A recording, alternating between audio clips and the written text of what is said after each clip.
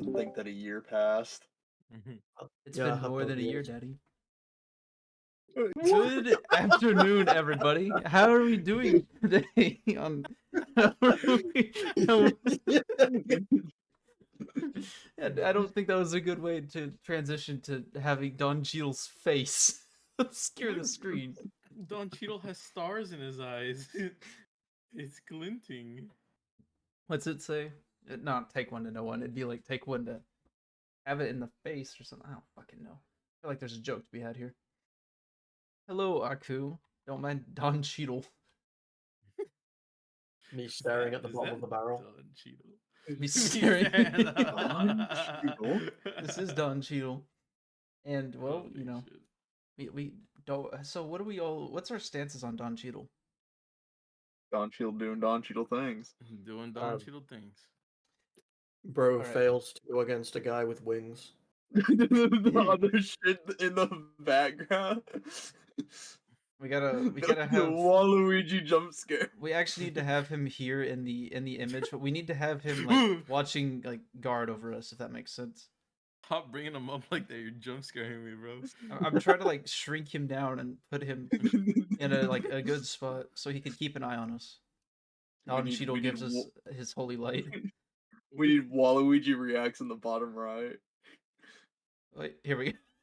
Oh, God. He's keeping an eye on us, you know? That is wrong in so many ways. What, Don Cheadle looking at us? It looks like he's just hanging from the ceiling. No, he's obscured. Oh yeah, we also have to make sure we have our obligatory shock space. Oh, that's right. That's right. Yeah. So, which one wants to explain why we're here today? Oh, I did I'm the intro picking last Grip. time. I'm picking Grip. Actually, what'd you say? What'd you say, Kate? I did the intro last time. I ain't doing it again. Okay, I'm picking Grip. We are mainly discussing about current world games and where they are currently going to this day. Like, Currently. are they getting better? Are they getting worse? What the fuck's happening with them? What's the current sit rep? You know, my current yo. Current yo. Curry, yo. So, Right. I mean, it's a portion we have to start off with. Which portion do we want to start off with? I feel like if we're going to talk about video games, where better to start than the concept of, I guess, this up here in this top corner right here, not owning games. So, what would be a good way to breach the subject? Yeah. Okay, I'm gonna need somebody to explain that to me because I saw that and I don't understand what it's talking about when it comes to that. So basically, the dev of Ubisoft said that subscription services are going to be the main default of the future, which Oh, means we won't actually hell. own our games. That's why streaming services are so popular these days, like Disney Heck Plus, nah. Netflix, shit like that. And that connects to what the Xbox One here is basically saying on Twitter is that Microsoft is reportedly laying off their entire physical game department, which means Xbox is already going on to making their entire storefront digital, which means game stores and stuff like that are basically just going to shut down. I'm gonna read word for word what I said, because I want to kind of like set that as a bit of a my take on that, because I can absolutely do that. So this has to do with like the fact that they're switching their store to being online only. So online only would only work out if internet access is readily available for every gamer. Now, you can argue that you should have internet if you want to play a console in this day and age, but that ignores the fact that it's anti-consumer to limit how they can get new games for their console, which is further hindered by requiring internet to install the content of the game, unlike old-gen consoles which didn't require that. As okay, this sounds stupid, but have any of you actually played on like any of the new-gen consoles, like an Xbox One or PS4, PS5, anything like that? I mean, the Series S, but that's pretty much it. I've played PS4, but I haven't touched the PS5, I've not yet. played So PS4, no PS5. so everyone can kind of attest to, like, you get a new game. Let's say you get a physical copy of the game. Do you all remember that when you put the game, like the CD in the game, you had to install the game? Yeah. Yeah. Yeah. Do you? And so when you played on old gen consoles like the 360 or the PS3, anyone ever remember having to have that happen? Outside of updates, I don't remember ever having You to just install the game when I put the yeah, CD in. you stick a game in and it like just we play game. Granted, I think that's just because of how large games are these days. You know, fucking the whole meme with, oh, Red Dead Redemption 2 is 100 GB base download. It's like, have you seen COD titles? Yeah, it was like Call of Duty Warzone 300 gigabytes. It's like Yeah, no, that's I mean, like, you did have to, like, whenever you put in the disc for the first time, you need to get the updates and the patches and all that downloaded. which was So fair for old gen, but I'm trying to imagine like old gen when internet was not that good back then, before we had awesome when we fiber had optics. dial up and shit. Can you imagine trying to play a video game with dial up? In these days, no, because every game decides to lag at 70 ping, even though old games at 70 ping was fine. Yeah, it's that is something we can breach a little in here in a little bit, is kind of just how new games feel. Mm. Plus, online only is further reduced when consoles require payment to play online titles for some odd reason. Like the old Xbox Gold, uh, PS Plus. That oh, that's is, right. yeah, paying That's like right. $10, $12, however much it is, just paying to play your online titles. Yeah, Yeah, it's like if you didn't have the subscription, you do not get to play any games that you purchased online. It would just be like any physical copy you have, you can play it. But if you had any online copy, you'd immediately be locked out the second that your membership ran out. yeah, like I'm paying. I think it's like $200 for my internet, right? Because it's quality internet. And Right. imagine having to pay $200 and then every month I had to pay an extra $10 just so I could actually use that internet for my games.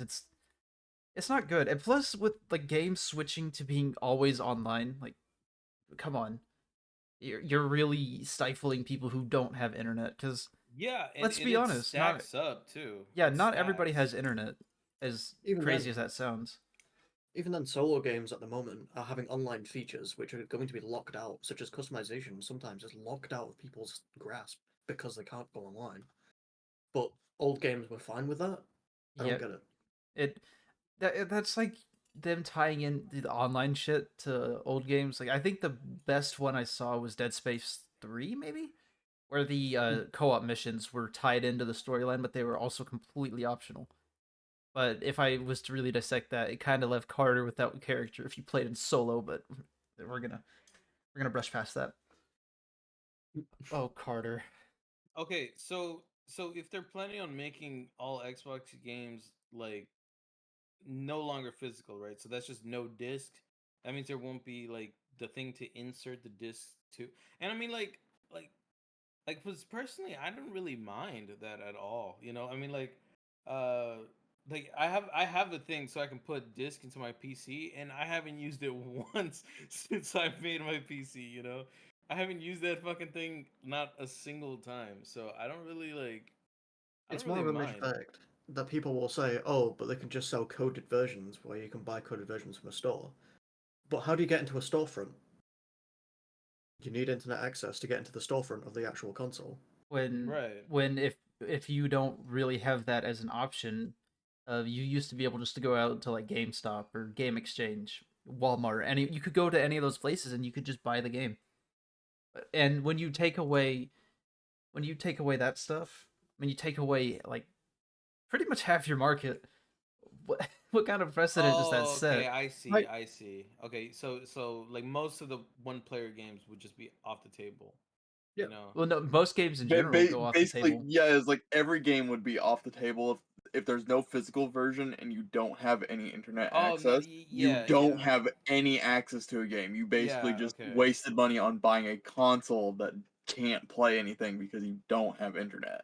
Okay. Which okay. again, that factors into why would you buy a console in this day and age if you don't have internet? But sometimes it's not like I want to play online titles. It's like I want to buy this console and I want to play Skyrim. I want to play Minecraft. I want to play, fucking Mass Effect. I want to play all these single player games that are supposed to be offline, and now I can't buy the games because they're not selling physical copies. It's, I it's a mean, it's also another case of just how electric works. And the electric grid is a lot bigger than how internet goes around the entire country, in a sense. If someone is in the countryside and only gets electric, but they don't actually have any wires that go through to give you internet access, you can't do anything. It's just left you alone in this little bubble, yeah, like and the only sense of being able to play a game is through discs. my area had only one internet provider for pretty much like 15 years, and It was that ass. internet provider was awful.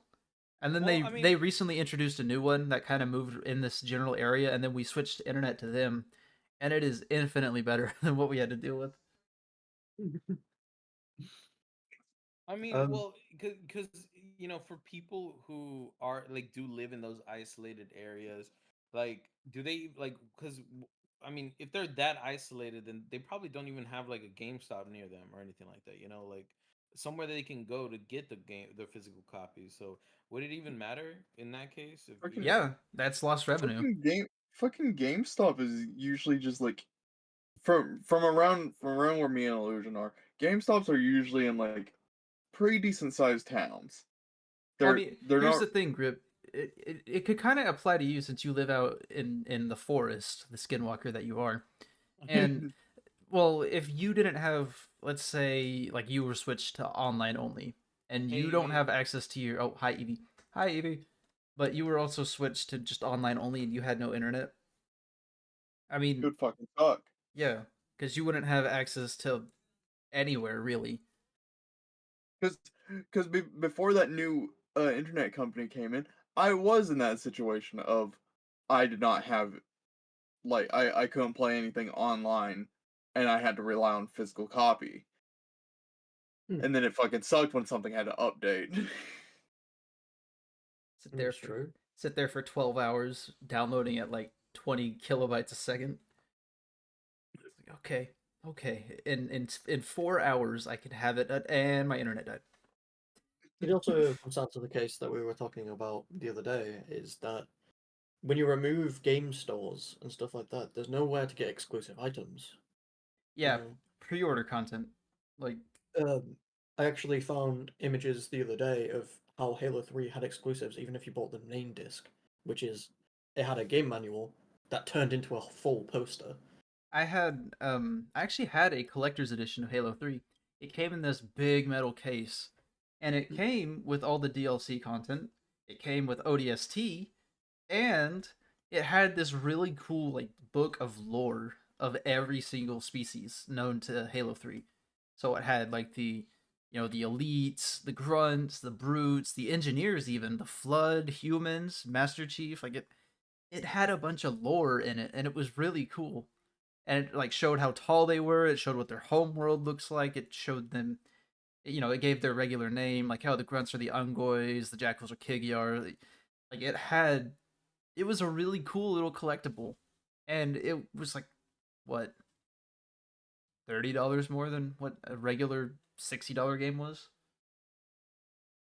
I mean, was it even $60 back in the day? I feel I like have it no was idea because 50 to 40. I was like 10 when I saw the collector's edition. It Because I was, remember games being really cheap back in the day. yeah, it was like I it mean, was maybe like around 30-40 bucks It's for like inflation. originally. those collectible things are pretty cool. Like I remember when they offered, or there was something like that for Hogwarts Legacy, and I Like the was like, steel oh, that's books. pretty cool with They like had the books. levitating wand and shit. No, there was like this book where you like turn it. I don't know how the fuck it worked, but there was a wand that you could place over the book, and it would like hover over the book. Oh, And that was pretty cool, right?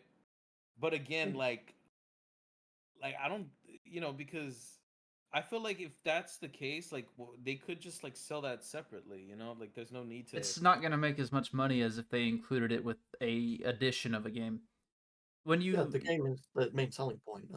Yeah, when The you collector's- separate that stuff from it, people are going to be less compelled to buy it because then it's just like a separate purchase, and more often than not, they're going to have a high price. Whenever if I paid $80 for a collector's edition, they would give it to me with the game, so it would be just included in the cost of the game.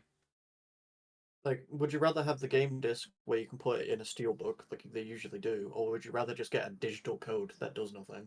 It's just a cool image slapped onto a piece of paper. It, I'd it's rather have a the steelbook. it's more or less a matter of just when you think about it, like money wise, it doesn't seem like a good idea because pre-order content. It's not that it makes a lot of money, but when a game is pre-orderable and it has like all these really cool, trinkets and little bitty things that show that you have like devotion in a project or support for it, I mean, it kind of like gives people that feeling of, oh yay, I got rewarded because I spent extra money. Yeah, I mean, like, but if that's what you're trying to get out of that, then I'll just buy it separately. Like I'll get the game on my computer and be like, that other shit was pretty cool though. Let me look for it online, and let me buy it on there. Like Well, that's I why I don't. said Yeah, there's some games out there that add on to the game to make it more fun, such as adding things in the box which connect to the game, and then give you a steelbook and stuff like that that you can put on display with the disc inside and keep it forever. But if you don't have that disc, if you don't have that game, in the future those items are going to be less value to you than they are to anybody else. You okay, know, but I mean, I feel like discs were eventually going to like phase out. Like. That's true. That's just how it is. But the thing is, whenever you're still you still have a market for the discs, even if it is fading out, you still have a market. That's revenue. Companies are all about getting a hold of revenue and profiting. And well, when you literally chop out half of your market, that is a lot of revenue you are going to start losing. Well, I mean, but with the physical pack, because they need to invest money into the designing of the box, the box itself, the discs, and then packaging so that it's sent wherever the fuck, like I feel like that if what they're doing is mainly to make profit and make money, then the smart thing to do would be to just go digital. And No, because okay. again, you're taking out your market. There's going to be costs, of course, like what you mentioned, packaging and creating the discs and all of that. But there's still profit to be made there. And then when I'm you going when to you say, take away your ability to make money from that, you're just going to lose your money I'm going to because say switching digital only gets you so far. most game discs and trays and stuff like that don't actually cost that much. A disc usually is only about $10, if not more, for a high storage disc, which means you can buy them in bulk for cheaper and then make loads of games from that. It's more of the major fact that the box that it comes with has more of a sociable feeling to it. It shows you how the game looks, how it feels, and people can go into the store and look at the game instead of just going onto a digital market, looking at the trailer. Instead, you have this feeling of pictures, which gives you a sense of mystery. That's what I liked when I was a kid. I went into the store when I was going to buy Skylanders. I looked at the back of the box, and it was awesome. Whoa! So do you think it wouldn't be a problem if they found some way to make the digital package more interesting? So like if they added like collector's items where like, hey, you get these special audio files, or you get these really cool art pieces that have lore in them, or like things like that, but in a digital form, so that, or even if they just like offered the cool collectible shit that's physical, but like offer it separately on like on a website of some kind. They're The like, only Offer way I it can separately, like I'm a little confused. so like imagine you know all the collector stuff that you said about Halo 3, like Yeah, the yeah, the all this stuff. figurines, the lore, and all that stuff. Like Hmm. let's say they offered that without the disc, and they were just like, hey, yo, you could buy this over here, just for like a couple extra dollars. Like what did you say the What difference in money was? Was it like $30? I don't actually know. I just assume $30 because most collectors and deluxe editions are like $30 to $40 more than the base game these days. Okay, What let's what I assume. Oh, sorry, go ahead. what I would probably like better with the like digital copy type stuff is say you still like pre-ordered it and all that kind of stuff, Mhm. but they still like say like once again for the collection that Illusion mentioned, just you still get a code, but the items, like say the big metal box and all that, would still be delivered as part of the thing. Like it's still a bundle, just the game is code, the rest of it is a physical object. Oh, that would be pretty cool too. Like you just shows up at your doorstep, through Amazon or some shit, and it's like that'd be dope if I you mean, could that's been like done before. get a code. Fallout 76 did that. They did well, granted they sold a game case that had a code inside of it, which is A bit interesting. no, it's not interesting. It's just plain stupid. Like, why would I go out and buy a physical game case just to get a code? I would rather just buy the code Just email it online. to me, brother. Yeah, just fax No, me the okay, code. look, this is what they should do, right? The next big game, GTA 6, right? They should have a code inside of like this really fucking complicated like They put it print up. It's the text or like secret. It's the secret of Mount Chiliad. it's like a puzzle box where you have to like insert like codes and decipher shit. So if you want to play the fucking game, you better earn it. You have You to can you have have it for to free, but you gotta be able to get in the game first. Yeah, like that would be pretty cool, You right? have to Like you have to be a master hacker. You have to go through a 6-digit combination lock. You have to solve a yeah, Rubik's exactly. cube. Yeah, like even Realistically, no, it's not. But on the trolling side, yeah, that's pretty cool. no, I mean like it would be kind of cool if they did something like I'm not saying like yo They make fucking them hook you up win into a a chess saw game trap. against like an extremely difficult bot. No, I'm saying like do some cool thing where you have to like decipher something but make it like pretty easy. And if not, they could just look up the answers online. I still don't I think would Yeah, that's look a up good the something idea. like that. Like I think that would be cool, or something like that would be cool if the challenge or whatever to get it made sense with the game, and also like I don't feel like a physical copy or like a disc would be necessary. I really don't. And especially with all the things that can happen to a physical copy of your game, like somebody can step on it, somebody could fling it, you could misplace it, you could Oh, do all that shit, but oh, oh, oh, oh, if it was oh, oh, digital, you could oh, just log into your shit and there it is. oh. That Yeah, fuck it. but since it's digital, it relies on a server. Once that server goes down, you don't have access to it. And That the is thing is, true. you have That no is true. at least with the CD stuff, you kind of have, control over it. You can store the Hmm. CD safely and everything. With the server, you have no idea. That's like the major downside to Steam is that I have no idea when the servers are going to go down. And when the servers go down, they could be down forever because there's no That is a good transparency to point. it. That is a good point. I didn't consider that. That Fucking Yeah. yeah, because like if Epic Games goes bye bye, what the hell happens to my Yeah. games? It's like I lose my Like games. what happens? Yeah, I can't that play is my true. Fortnite. This That is bitch on true. this bitch turned my Fortnite off.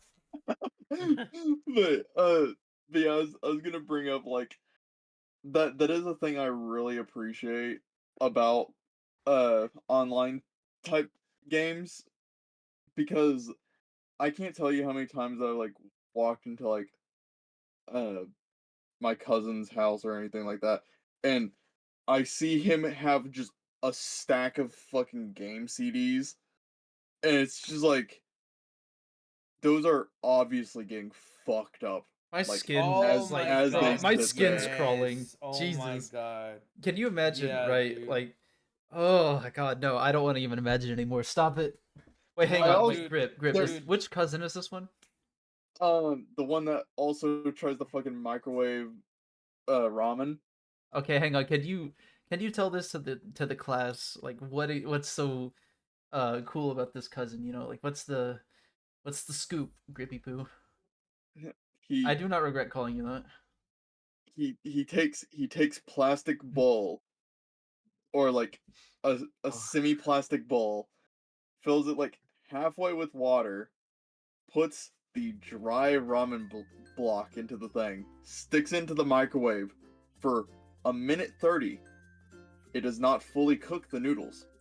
He will eat that shit like semi-crunchy. Good lord. My semi-crunchy ramen, thank God. Alright. It's like you walk into the kitchen, you just open the pack of ramen, you look at it, it's like, I don't feel like cooking this. You just take a bite out of it like it's a fucking like granola bar or something. But yeah, It's pure protein, and you just like snort the powder. fucker's a little menace. So, moving on to another thing, is when it comes to old games, how do we take a digital game and then just bring it back when people usually think the servers are gone, such as most PS3 games are lost by now. Most PC players pick it up and try and download one from a disc. If we don't have that anymore, every Xbox Series X and PS5 game that came out during the time that is lost in time doesn't come back. You can't re-download them, the servers are gone down. The only way that someone can actually do it is to somehow magically download those files off the PS5, which would just take forever to do. Plus, I That's think just that's just super outright stupid. illegal because that counts as piracy.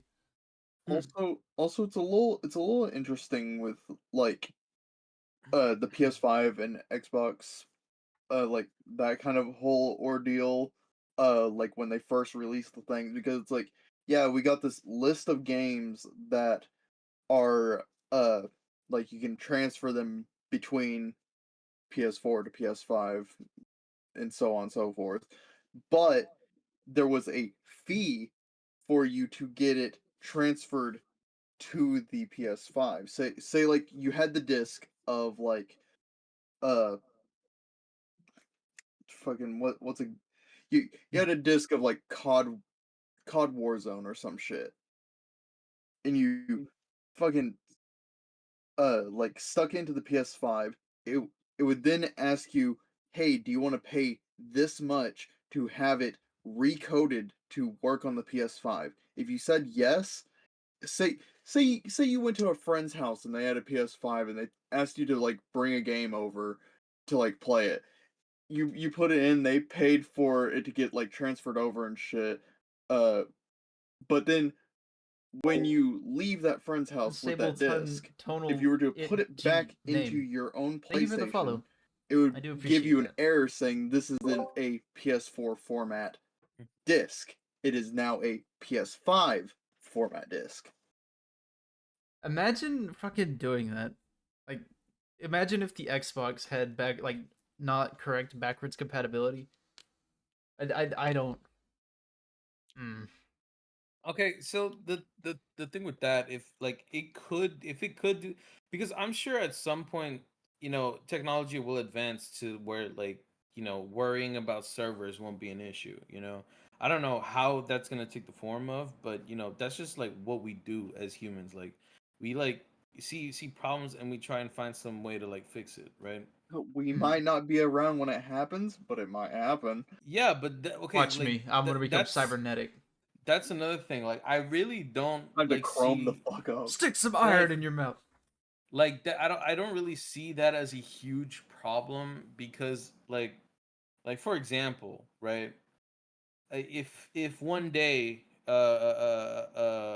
Batman Arkham Asylum, like I was no longer ever able to play it again, even though it's one of my all-time favorite games of all time, I think I'd be pretty okay with it, especially with like looking at some of the new shit that's coming out now. I'd be like, oh yeah, yeah, like Batman Arkham Asylum will always have a place in my heart, and I love that I played it, but I don't think it'd Uh, be game over if I wasn't able to play it again. yes, Think of we look forward to Suicide Squad, and it's eight I eight different I gotta track my fucking HUD on things. all quarters of my screen. I gotta grow a third eye. Yeah, Oh because shit! Oh shit! I'm 5% stealth, guys. like I'm pretty sure that like there will always be new video games coming out. I don't think a lot of people are worried about like, oh, you remember that ancient game that nobody plays anymore? Man, I wish I could play it again, Fucking, What? it's a Are you fucking crazy? I wish I could play some games. Man, I I'm thinking about that wish. shit all the time. Can you name a few? Yeah. Name Jack and Daxter, Sly Cooper, Fucking Fusion Frenzy. Who? I think about that all the time. I have no access to Who? it. Jack and Daxter. Have you never mainly the played fact Jack that- and Do you not Daxter? have those moments in your life where, I like, have man, never played this before. no, have you never had moments in your life where those really old games you wish you could play them again, but there's no way for you to do it? I Champions, actually have played this. Okay, game Champions before, I so- do Return to remember it. Arms. My God. Yeah, but like still, like I don't think it's the end of the world, especially when there's It's- so much cool shit We're coming not- out now. We're not you saying know? it's the end of the world. We're just saying it's anti-consumer. It's like that is not what you want to do for your marketing. If you're a company and you want to make money, then do not go the anti-consumer route of denying us abilities to get the product that you're trying to supply. Like at one It's point, like basically turning around and saying, "Oh, you can play Nintendo DS games, but we're not going to give you the Nintendo DS game. You have to find it." Good luck. but And if you find it on like any emulator or anything, we can just hit you with a lawsuit. Thank you, Nintendo. Exactly. Asshole. but yeah, Game, people are going to try and find a way to go around it. It's at, just simple.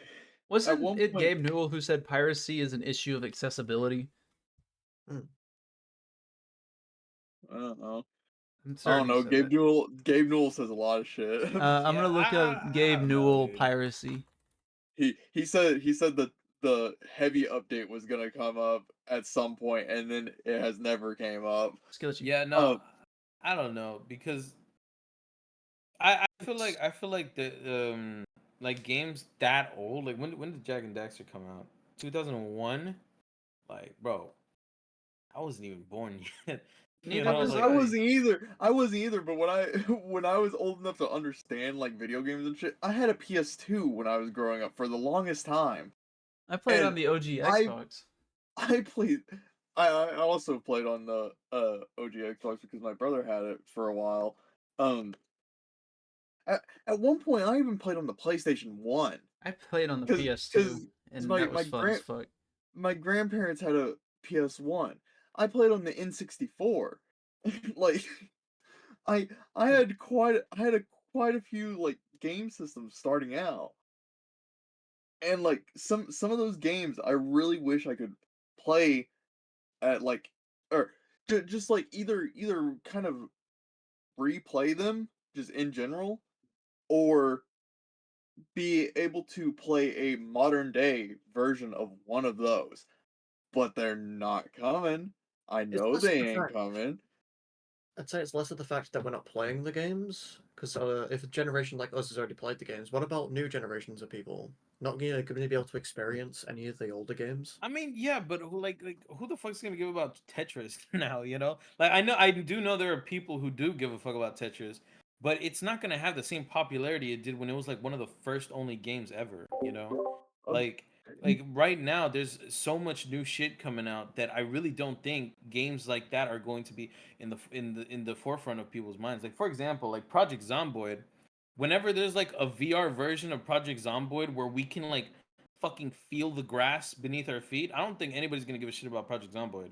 You know, like I don't think anybody's gonna be like, oh, you know what, that game's way better than this. You know, even though I'm actually like killing these zombies myself, and I feel like I'm in this world.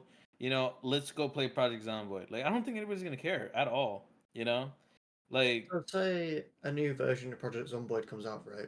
And the new version's worse. What would happen to the old version if you couldn't play it anymore? well, then it would still be around. There's so many instances of that happening now. Like, the first Deceit, you know, people see it as way better than the second Deceit. You know, it's still up. The servers are still up. Nobody shut it down because they know But that the because first it's on Deceit's an more old- popular. If it's on an old generation console that you can't play this on the servers for anymore, you're forced to play the new game. It's like saying Overwatch 1 was better than Overwatch 2. I but mean, one can no, play Overwatch unless you anymore. go back to the old console. If that's the case, then just go back to the old console. But I'm Yeah, saying but so then they're you not can't online buy the anymore. old console. You can't buy the old console, you can't play the game on the old console, so no one can play on it. Here's the problem with Overwatch is like they physically shut down the server. Any copy of Overwatch, like the original Overwatch, any copy would then instantly get like start like downloading Overwatch 2 instead. Like it'll basically be just replacing the game. So that's why I'm saying, if you're saying one of your favorite games is Project Zomboid, and they decided to make Project Zomboid 2, but it's fucking terrible. What happens to Project Zomboid 1 if they shut down the servers because they Well, want to then focus on the second nobody game? plays it and then plays something else. Like That's the because problem. You're stifling your game. You're shooting yourself in the foot by releasing something that is inferior and then trying to stick with it by forcing people to play it. Then you're losing your money because no one's playing your game. There's a sense of community when it comes to a game, such as the people who oh, uh, 100%. Yeah, like 100%. Noble 14. If you've ever heard of Noble 14 or Yeah. Halo 2, there was a lot of people still playing Halo 2, even when the servers were supposed to go down. People played for an entire month before their console shut off. Yeah, yeah, I get that. But like the thing is, before they figured out, hey, they're about to shut it down, I'm pretty sure there were like pretty empty servers in there, you know? Like I'm pretty sure a lot of people got back into the game because they heard that it was shutting down, you know? Like it's not like there was a huge fucking community of people like playing that game nonstop before they announced that, you know? But Like then we come to the fact of remakes and stuff like that. Remakes usually remove stuff. If you go to the actual Halo 2 anniversary on Master Chief Collection, there is not stuff in the game that you used to get in the original Halo 2. Exclusive items to be exact, because they can't use Bungie's entire copyright for that stuff. Bungie copyrighted most of the stuff from Halo into Destiny. Most of the stuff that they wrote down, most of the stuff that they did art for, parts of the game that they didn't want to use, they put into Destiny. So it's the major fact that there is a lot of lost artifacts when it comes to games that you can't use anymore if this happens. Old game discs, when it comes to stuff like this, there might be something on that disc that you can't get today, such as the Joker DLC from Arkham Asylum only was on the PS3 and Xbox 360. You go back to Arkham Asylum now, you cannot play the Joker DLC at all. So what do you have to true, say about true. Imagine, Well, the imagine, thing. Sorry, go ahead. imagine the archaeologists finding the Xbox 360 disc, and they cannot figure out how to play it. It's in amber, like from Jurassic Park. They're like, we gotta extract this from here. What is this thing? There's gonna be a new occupation where they look for long lost DLCs and all that shit. Game journalists finally have a purpose. No No, okay, way. okay, there are so many people who like sure, there are a lot of instances of that happening, but I totally feel okay with that. Like I myself, I'm aware that other people can believe differently, but I really don't see the big deal. Like there are some moments where I'm like, damn, I wish I could have seen that. Like another example is that Fucking PS. exclusive thing on Hogwarts, I thought you were where there gonna was say like a like whole. PSP or PS I Vita. wish I I had was my PS Vita. Oh, dude, I wish I had my PSP on me, bro. No, but like I'm aware that there's like so many exclusive things that we miss out on and all that, and that we can't go back to anymore. But that happens all the time everywhere. There's always oh, I missed it, or all of that. That's something completely natural. But hey, this other game that's really fucking cool. It's got this exclusive thing that I could get if I get it right now. Like but it's not that game. That's so the problem. like It's not that game. It's it's just not that game. You can't say it's anything about not the it. problem, You're but not there's that game, also Kyle. no problem. Like it's not that big of a deal, you know? That's It is that big of a subjective. deal to someone who wants to play a game, but then they say, "Oh, look at this new game." It's not that game. It's not the original feel that they had. It's not the controller that they used to play with. It's not anything that they used to do on that game It's like because it's COD an entirely new titles. game. Black Ops Okay, 2. okay, with multiplayer games like that, like there are so many instances of games like starting off really fucking cool and being like For Honor, for example. In the beginning, it was one of those games that everybody was playing. It was really fucking cool, right? But No. after updates, after patches, Just after no. characters, Just it's no. like it's so fucking horrible and Oh, it horrifying to was get way worse into, back then. No. you Yeah, know. yeah, yeah. It It hasn't took them a changed year and much. a half. It took them a year and a half to put in dedicated servers. I'm certain they. No, it's not that I'm certain. I've seen it. They've lost like half their player base because it took them a year and a half to put in dedicated servers. That is like not. Okay, And in For Honor, there were those exclusive events or whatever the fuck, like for May the 4th when the characters had fucking lightsabers and shit. Yep. That was cool, right? That was really fucking cool, and I missed out on that, but that's okay, you know, They will because repeat it. No, it next. is okay. They No will. one's saying it's not okay. It's just it's not okay when you miss out on content, like certain content. Like when you miss out on DLC content and it is DLC, so you have to buy it. And then you no, miss out on it. I mean like after years of BioShock being out, if there was some sort of missed content that I had for BioShock, you know, I wouldn't really mind. If there was like some sort of DLC that I could only play back then on a certain console or whatever, I wouldn't mind at all because the game is still pretty fun even without all that extra content or whatever. And I'm completely okay with the game that it is right now because like it's a game and I can enjoy what it is right now, you know, very easily without it being a physical thing, you know, without me having to physically touch it or without there's being some sort of special event thing. It would be cool, right? It would be, but I wasn't there. Like I didn't have the game when it first came out. I didn't have the second game when it first came out because back then I didn't really care that much, right? So if that were to suddenly like stop being an opportunity, I would be the same thing where I'm like, okay, well it's not too bad. Batman Arkham, whichever one you said, is still pretty fucking cool. Even though I couldn't play that Joker thing, you know, like that was it was still a pretty cool game, you know. Yeah, But but you imagine, wouldn't want bonus content? I mean, everybody wants bonus content, but I wouldn't be like end of the world type thing, you know. Like I wouldn't be like I wouldn't say, you know, this isn't a great game because I couldn't, you know, it's still a great game. see what I would mainly get furious at the most with like this kind of type of stuff. Um, if they like for instance on Overwatch's side again when they made Overwatch 2, if they didn't have all player data kind of like solid stated to where they could start migrating it to Overwatch 2, if they didn't do that, it would have basically been the biggest fuck you to the entire player base, and that game would have instantly just crashed and burned because if you took like because like you get all sorts of skins like from in Overwatch. You got all sorts of skins from all sorts of events that happen throughout the years that you could only get like one time only. And then if all of a sudden when Overwatch 2 came out that they just basically wiped everything from everyone, that would be the biggest fuck you because some skins cost money. A lot of skins cost money.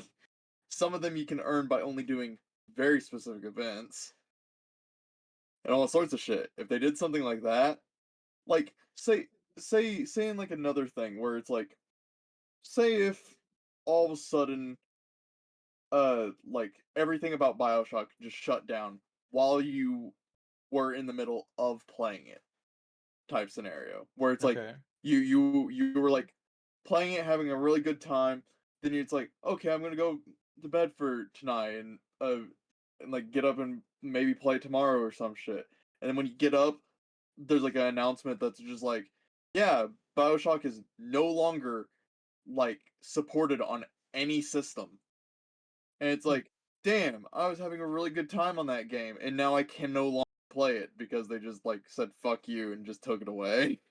It's like the fact that some games on Windows 7, because people still have Windows 7 PCs because they can't upgrade. Some people are playing on Windows 7 and then Steam decided one day, we're not supporting any Windows 7 anymore. So everything that you bought is no longer able to be used. That's the fact that I know we're trying to put out is what happens, Wrecker, when you one day want to play Bioshock and then it says, your system can't upgrade. You can't play. Yeah, I mean, yeah, no, that would definitely suck. But the games that are still being played and that are still popular will be getting those updates as well. So like again, this is me. This is just how I would feel about it. I just wouldn't care.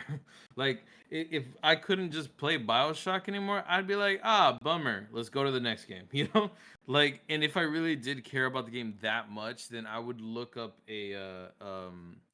a video on the rest of the gameplay and I'd just watch it. You know, if I really did care that much, then I would just watch somebody else play with it or play it. You know, it would suck that I couldn't do it myself, but there's other games, right? Like I still have Days Gone to play. I still have the Dishonored games to play. I still have the Watch Dogs games to play. I still have Red Dead Redemption 2 I gotta play. I still got No Man's Sky. I still have Doom Eternal, Immortals of Avium. Like there's so many options that like that game being gone for a bit, like I really wouldn't mind. So you're telling me is that you didn't really care that much for the game? I'm still playing through the first game, so I'm still deciding. But so far, I am enjoying Bioshock a lot. I'm still enjoying that game a lot. Hmm. I think the only additional problem I see there is if all of those games decide to just not be supported anymore, what happens to when it basically says your PC specs are no longer going to be useful for you? That means you have to go out and buy a new graphics card just so you can play newer games. Yeah, When yeah, you I'd can't go back absolutely and go play for it. that. You're You crazy. can't go back and play the old games if you don't have that money. Well, That's okay, more or less that would fucking suck because like I still have all of these games that I want to play, so that would blow, right? But if I still have this PC and this PC still can run those games, then I'm gonna just do that, you know. I'm gonna just do that, and I really don't think that there's going to be like a situation that drastic where they're gonna like It was literally a every single hypothetical. fucking game. Yeah, it was merely a hypothetical. cool. Okay, It actually But- happens then I'll all the move time on with then. consoles. Oh Look at the yeah, Nintendo yeah. device That thing. that happens So all it wasn't the a time. hypothetical. Okay, cool. It doesn't happen with PCs nearly That's as much as it happens with consoles. Consoles, it happens all the fucking time with consoles. That's why there's always new generation of consoles because you can't alter like things about the PS4. You can't you can't somehow like shove more shit into it and then it still runs normally like a PS4. Anyone remember the old Black Ops 3 for old gen? Don't remind me of plastic Richtofen, okay? It was Old so gen fucking bad. Old gen Richtofen, we love him. We stan old gen Richtofen. Yeah, it's like with those they only like consoles, they only have so much that they can output before they have to be replaced by something with more specs that we gain access to over time, people develop, all that kind of shit.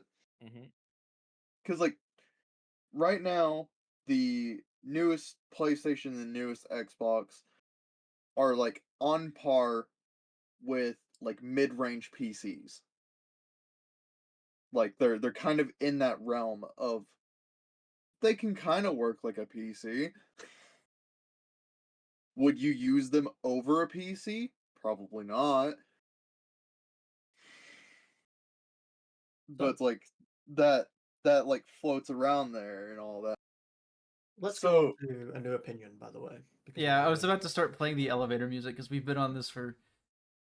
Well, actually, no. You know what? No, it's fine. Like, actually, unironically, this is interesting. I find Wrecker's perspective interesting, even though I personally think it's a bad stance to be opposed to stuff like that. I'm gonna be honest, Wrecker. I think you have a bad stance here. But on the other hand, it's I'm like completely okay with yeah, whatever it's your like- opinion is. yeah. I don't mind. I just think that's a personally- shitty stance, but I also don't really care. It's like everyone's entitled to their opinion. It's like, Yeah. man.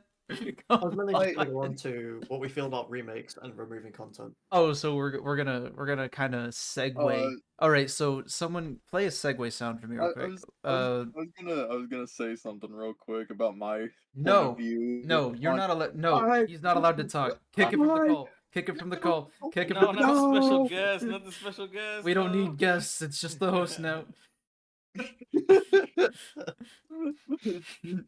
But my Go on. my We'll let point Confuse's opinion.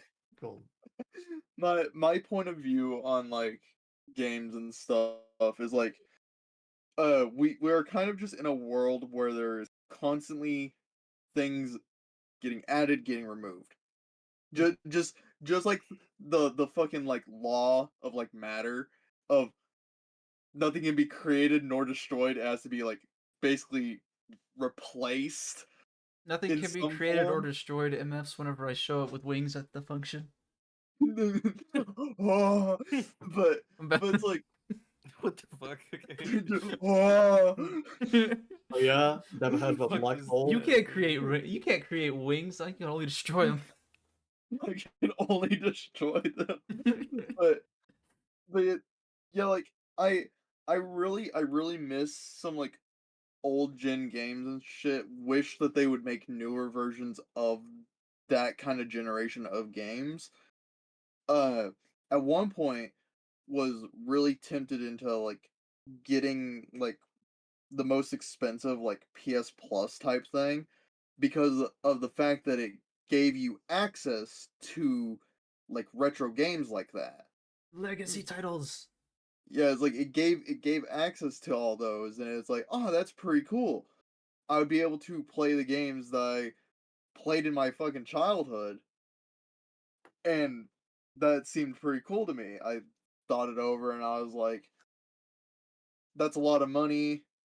It would give me more things than like normal PlayStation Plus would give me, but it's like, how often do I think that I would play these? For one, like there's a lot of games from my childhood that's like, man, I wish I could play those. Um, but I also understand that it's like new shit does have to come out at some point, and in order for new shit to come out, sometimes old shit has to go. All right. Yeah, and like that's a good deal in my opinion. Like that's I all don't think right. so, personally. I don't think you should sacrifice the old to make way for the new. I mean, that's been happening since like for a long ass time now. That Doesn't has make it right. happened. That has happened since the dawn of time. I Yeah, know. exactly. And here's Yeah. the thing, I would argue that's a good thing in some fringe cases, but when it comes to games, I honestly don't know. Like, bro, if you're driving down the street and you see a motherfucker in like a horse-drawn carriage, Was I you're not talking about that, beeping. Wrecker? All right, I'm over here trying to bring some content and humor, No, but never mind. I'll no, shut man. up. Listen, I was talking about video games. I'm aware of that. I Nuh-uh, know. nuh-uh. I was attempting to make a Wrecker, joke. this right all, here. also, Wrecker, Yeah, you this say right here. Oh my fuck. but but Wrecker, you saying like seeing someone in a horse-drawn carriage as if Amish people do not exist. Oh yeah, that's a good. We live in the Amish zone, don't I'm we? not saying they don't exist. I'm saying if you see one, you're gonna be honking at them. No, I get scared because then they look at me and they go, "Oh," and then I have to run. I literally have to. I They get. look at you. They look at you and they're like, "Is that a car? Whoa!" I immediately get out of the car and I just start booking it. I don't want to get caught. They look at you and then they fucking do like the Halo engineer and just disassemble your car in like seconds flat. You think Okay, Amish people can pull like I'm the ship of Theseus thing? So they like walk I up to your car and they disassemble it, I'm build a aware new it's my car in place, fault, and but walk we're away. really getting sidetracked. Let's get back to the matter. Right. So, we're gonna go on to remakes because we have like pretty much half an hour left. Half an hour left, man. We going on for however long we want to go on for, baby. Depends on how long I want to go. Oh, I see how it's gonna be, Brit. Okay, by remakes, are y'all talking like remasters? Is that what you're talking about? Like Resident Evil remake. Like remakes of games. Oh, So, okay. Dead Space, Resident Evil, the Grand Theft Auto remakes that they did. Oh, all, horrible. all we had to Like do that. was not fuck up the remake, CJ. So, We love I you. just want to start off with how do we feel about remakes trying to remove content to change the story a little bit? Boo womp sound effect. MP4. Yeah, I'm not a. It'd be MP3 grip. That's the. I'm No, getting sidetracked again. because mine is a video of the dog looking at the screen when it goes boo womp. Oh, okay. Well, in that case, I'm not a. It depends on what the content is. Like it's a case by case basis. Say in Resident Evil 3, the game's cut short because there was supposed to be another Carlos section in Okay. the entire game. But they removed that entire section just so the game could move on apparently smoother. But removing an entire part of the character's lore, I feel removes part of him as a character as well. To remove the aspect of him as well. Considering Resident Evil's a character-driven game, like it's very character-driven with its action sequences and whatnot. Yeah, that's not a good thing. You should you shouldn't remove it unless there's a legitimate reason for it. If it's a matter of like performance, then that is your fault for making a terribly optimized game. But if you're removing it for story purposes, you need to make the story make sense without that segment being there. Which it does try to do. In a Didn't sense, Resident Evil 3 does. But it's the major fact of removing someone who's barely in the game in the first place, only has like 2 sequences when you actually see him in the remake, compared to the 5 instances. The fact that he is on the train in Resident Evil 3's original game, whereas in Resident Evil Remake, it's only you on the train as Jill. You know, that removes a lot of him as a character because he's also supposed to fight Nemesis. And the entire point of Resident Evil's games is supposed to have this matching duo, which just removes the entire point of it. Resident Evil 3, you feel like a singled out person. The map feels empty because there's no one to speak to. That is It's always true. the walkie-talkie. RE9 is going to feature me and Toe. Will be the dynamic duo of that sequence. It's the case of Resident Evil 7 and Resident Evil Village work well as a solo thing because it's built off of that. But when the original game decides to go from Like a duo partnership to a single, it feels empty. RE0 has Rebecca and who's the other? Who's the other rapscallion? There's another person there. Then RE1 had Jill and Chris. then there was Leon and Claire. Then there was Leon and Ada. It depends on how you look at it, but RE3 Jill and Carlos. RE4 Leon and Ashley. RE5 Chris and Sheva. RE6 a bunch of fucking RE7. characters. I was Yeah, I it's just said I was gonna say RE6 and walk on. RE7 is like his name's Ethan, right? I don't know. I don't play Resident Evil. I don't like it. Technically, his girlfriend's depending part on of it, but it's more depending so which story you play as well. Let's just say base story, just for consistency purposes. the person who speaks to you more in Resident Evil 7 isn't really a girlfriend. It's more one of the daughters. I can't remember her name. I just said the name. Skylar White. Yeah, we'll just call her White. Okay. She doesn't have white hair. Isn't Zoe. it? Oh, Zoe. Like Because she speaks to you over the phone, she leads you on where you need to go next and stuff like that, which is what the other base characters usually did a little bit. Besides from Resident Evil 4, when you are the one who's supposed to be in control or command. It's just kind of the fact that Resident Evil 3 removes that feeling of having a partner with you and only having conversations over the walkie-talkie. It just makes it really weird. You know? Didn't like RE4 remake remove like 1 or 2 boss fights entirely? Mr. Yeah. Bogshark's been very quiet. Wrecker, I'm curious. Do you have any remakes that you know like cut content from the game? I actually haven't been saying anything because I have no experience with the remakes at all. Really? Like, You don't play yeah. remakes?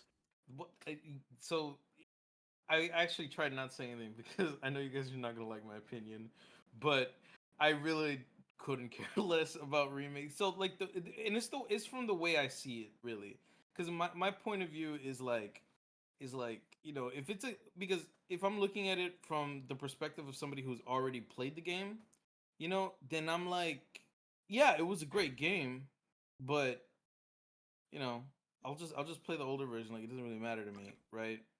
And like if I want to play it again, I'll just play the older version. I'm not spending money on the remake.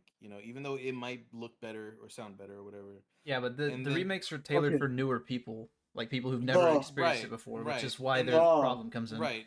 And then from the Oh. perspective of Oh. somebody who's a newer player or who's never played the game before, my perspective is, okay, I'm going to be looking at a new story. I'm going to be looking at a new a version or a new thing that I've never seen before. And regardless of what the older version is, I'm going to play this one, and maybe I'll like it, maybe I won't. That's up for me to find out, But then it comes up in conversation. Like if someone says, I played the original Dead Space, and then someone else says, "Oh, I played the remake of Dead Space." They have an entirely different story because Isaac Clarke speaks in the remake, whereas in the original he rarely speaks at all. No, he just never spoke. There is no rare. He was silent except for when he was being torn in half.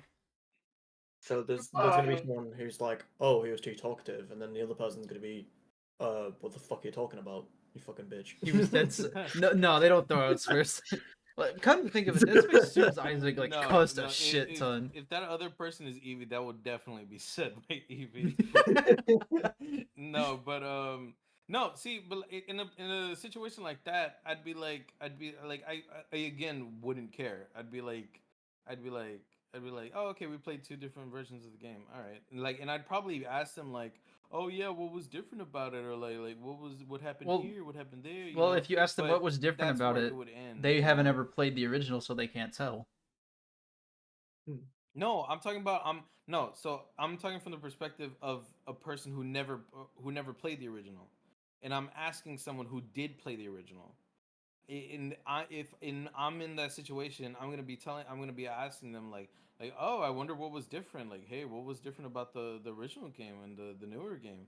And then they'll tell me, oh, in the game like this happens and that happens, or like this person talks and that person, and I'd be like, okay, cool.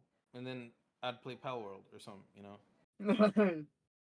Like, I don't know. I feel like it just removes the cool factor of some of the games. Specifically, horror games have been remade the most out of almost any other game at the moment. Yeah. Because who's going to remake a Call of Duty unless it's Black Ops 2 and they're going to ruin it? Well, no, they tried doing that. They made Modern Warfare Remastered, and then they added loot boxes to it. Yeah, but because one of y'all said remakes are made for people who've never played it before, right? They're more tailored for that, yeah. Yeah, then it's not made for people who played the game before, So it's like, There is some things. It's still a slap in the face to those people though, because they have experienced the original game, and then the new game comes out, and well, it's missing stuff that was in the first game.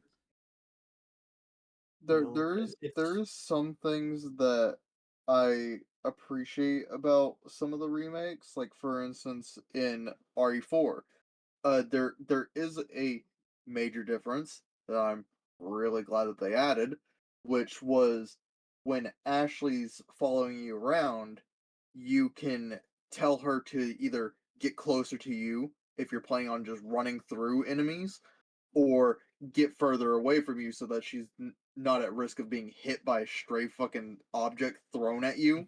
Me when I do a spin kick and I kick Ashley into barrels. Yeah. Oops. But then it removes one of the most fun parts of the game, which is being a pedophile in the game. Whoa, hang on, what? Whoa, pretty much. What the fuck? Where the fuck did this come from? That was like a fucking flashbang, man. Like, yeah, this was Shark Space Toe like falling into the abyss kind of like fucking reaction. Bro hit me with the artillery round. Bro literally opened the door, and instead of breaching the door with the shotgun, he breached my face.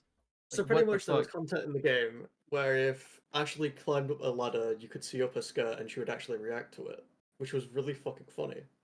For no reason. But come on, why would you breach it with the... Oh, so she was like a minor or what? Like, no, I don't think she's a minor. I actually don't know what age she was in the original compared to now she seems 18. Oh, okay. What the fuck's her last name? Well, we'll say to be safe, we'll say he's a pedophile. No, to be safe, Leon Kennedy. The other problem with that is the fact that she hits on Leon every now and then throughout the game. Let's see, RE4. She is considered a university student.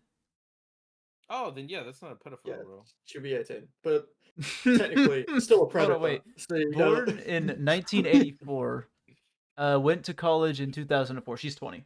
Leon's like, damn it. God damn it. Still making a predator though, just looking up at her skirt, constantly. No, it'd make you a creep.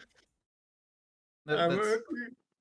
I'm a weirdo. No, I mean, like, no, I wouldn't say so, because if you're like, hey, hang on, delivering a baby, you can't help but look down there, I'm not delivering a baby though. I'm climbing a ladder. I mean, yeah, but you don't want to miss, right? You don't want to miss the Miss? I'm You not don't wanna carrying the miss baby. bars, right? Like, No, I'm come on not. now. No, I go first because if there's a man up there with a knife, he'll stab me in the face, and he won't stab her in the face, and then I won't be fired and then killed. Yeah. So then, how does that happen? Where she's climbing the ladder above, or I don't understand. If she starts Probably like if if you're going down a ladder. Oh, okay. if you gotcha. if you go down a ladder and then go back up the ladder before she fully climbs down, she'll start climbing up the ladder in Right. response. That's when you for honor her, and then you like punch her, and she falls off the ladder. Yeah. See, like, if that was in the original game, and they like got rid of that part, and then and in the remake that's not like an option, or that's not possible or whatever, I wouldn't mind that in the slightest. Like, I if mean, somebody told me I that wouldn't and I mind that missed either, that, to be honest. I would be I like, wouldn't either. I'll be yeah, no. honest So with like, you as well. if somebody like told me like, oh, in the original game you could look up her skirt, I'd be like, that's hilarious. Let's go play Pal World, you know? That's hilarious. Keep it to yourself next What time. I've started noticing, Wrecker, is that you just want to play Power World. Yeah. But, What? Who said that? I don't would know, never. man. I just I- I got it from the fairy that's in my stupid second mother. You know, but you're abusing the fairy right now. Yeah. the thing I I accidentally hit the also play button on my keyboard, so it started blasting music in my ears. so like one of the things that I do like wish that they kept as the original a little bit on RE4 remake was like Leon's quips, because What if Ashley Graham had a built-in no emote? but so like there's this one fucker, I think his name was Ramon. He looks like a fucked up Napoleon. Oh, you're talking about Lil Guy. Yeah, He goes, looked up little fucked up Napoleon Bonaparte. I could kick that bitch in the next week. Napoleon Bonaparte. I know but who you're talking about. It's not Salazar. What the fuck is his name? I think his name No, is Ramon. Ramon RE4. No, Ramon Salazar is the. No, you're right. No, Yeah, it was showing like- someone completely different though. It Yeah, was. it might be showing Lord Sadler. Wait, why are you bringing up Ramon? What? So what? so there's quips that Leon had at times, depending on the situation. One of Leon's quips was in response to Ramon. Ramon has two bodyguards with him. At one point, he says, "I sent my right hand to dispose of you, Mr. Kennedy." And then when it goes back to Leon, he's just like, "Your right hand comes off?" Like, he just has, like, random, like, little quips that are just random. Just random enough to like where. They bring personality to the character is what he's getting at. So stripping that away from the character kind of hurts him overall. Yeah, because, like, normally, like, for one, that entire interaction does not happen in the RE4 remake. They're, like, Ramon does not say that he sent his right hand to dispose of him. Leon doesn't respond with that quip. There's a lot. Oh, There's thanks, a lot bro. of those.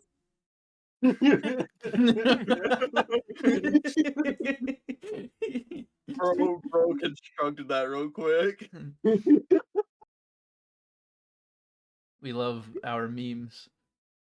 Call this the case of Ashley Graham. Let's put Resident Evil 4 next to it. Leon, what are you looking at? My knife. My knife. Leon, no thanks, bro. So, And this is something that the Wrecker would lose his mind over in Power World. No way. What is that? I may or may not be playing Pal World right now. Fucking dingus. You said focusing it on the so many. podcast. You said it, and I was You- like, hold on. damn, I really could be playing Pal World right now. Fucking. Of course, Yeah, like anyways, power. That's something that Wrecker would probably find in Power World. So what's the lore of Power World? Why are they pals? No, the no. Pal World isn't the topic of conversation right now. Let's not. No. it could be the topic of conversation because AI It's a game. new- it's a new game. Oh, we're talking about AIs now. Let's do it. Hey, So- hold on. First wait. of all, Wrecker, you remember when we played with AI? Yeah. Hey guys, I know what we should do Yeah. today. What? Like, Yeah. Don't worry, Toe. Let's be in the middle. Oh my god, that was horrific, dude. It was golden though. It was Yeah, that was hilarious. fucking the fact that Toe kept adding rock hard to everything does not help. Yeah, no, Oh my god. So yeah, what do we all think about AI creating games? Not creating art and stuff like that, specifically creating the game code. oh, creating the game code. Okay. Yeah, because that is different from, what I was thinking about originally. It's interesting, probably buggy as hell. I don't trust it. I think as long as it's making life easier for the game creators, I think we should embrace that, because there are a lot of times where like game developers are kind of fucking screwed by like the like management, and like they're screwed by the publishers. And what was that one game? It was like this one game that had a lot of promise, but like the people who were like all focused on just money and not creating the fucking game, they're like, no. Instead of a first perspective horror game, make it a shooter. Hey, I Wrecker. won't make it a shooter. What? Do you have any idea how little that narrows it down these days? Okay, anyway, it was originally a horror game, but then they were like, no, we want it to be a shooter game, blah blah blah, right? I want they're to like- say that's Resident Evil, but I feel like that's wrong. I don't know, Can you give us like, let's say when was it released? Do you know? I swear to God, I don't even remember what game Fuck. it is. I don't Oh remember, fuck! Come but- on, you can't just but like it was- edge me like that. I think it might have been Fear. Was I it? think it might have been Fear. How do you spell maybe. that? Like Is the it F literally dot just- E dot A dot Oh, R. Fear. Okay, yeah. Yeah. Fear. I think it might have been that one. I'm not too sure though.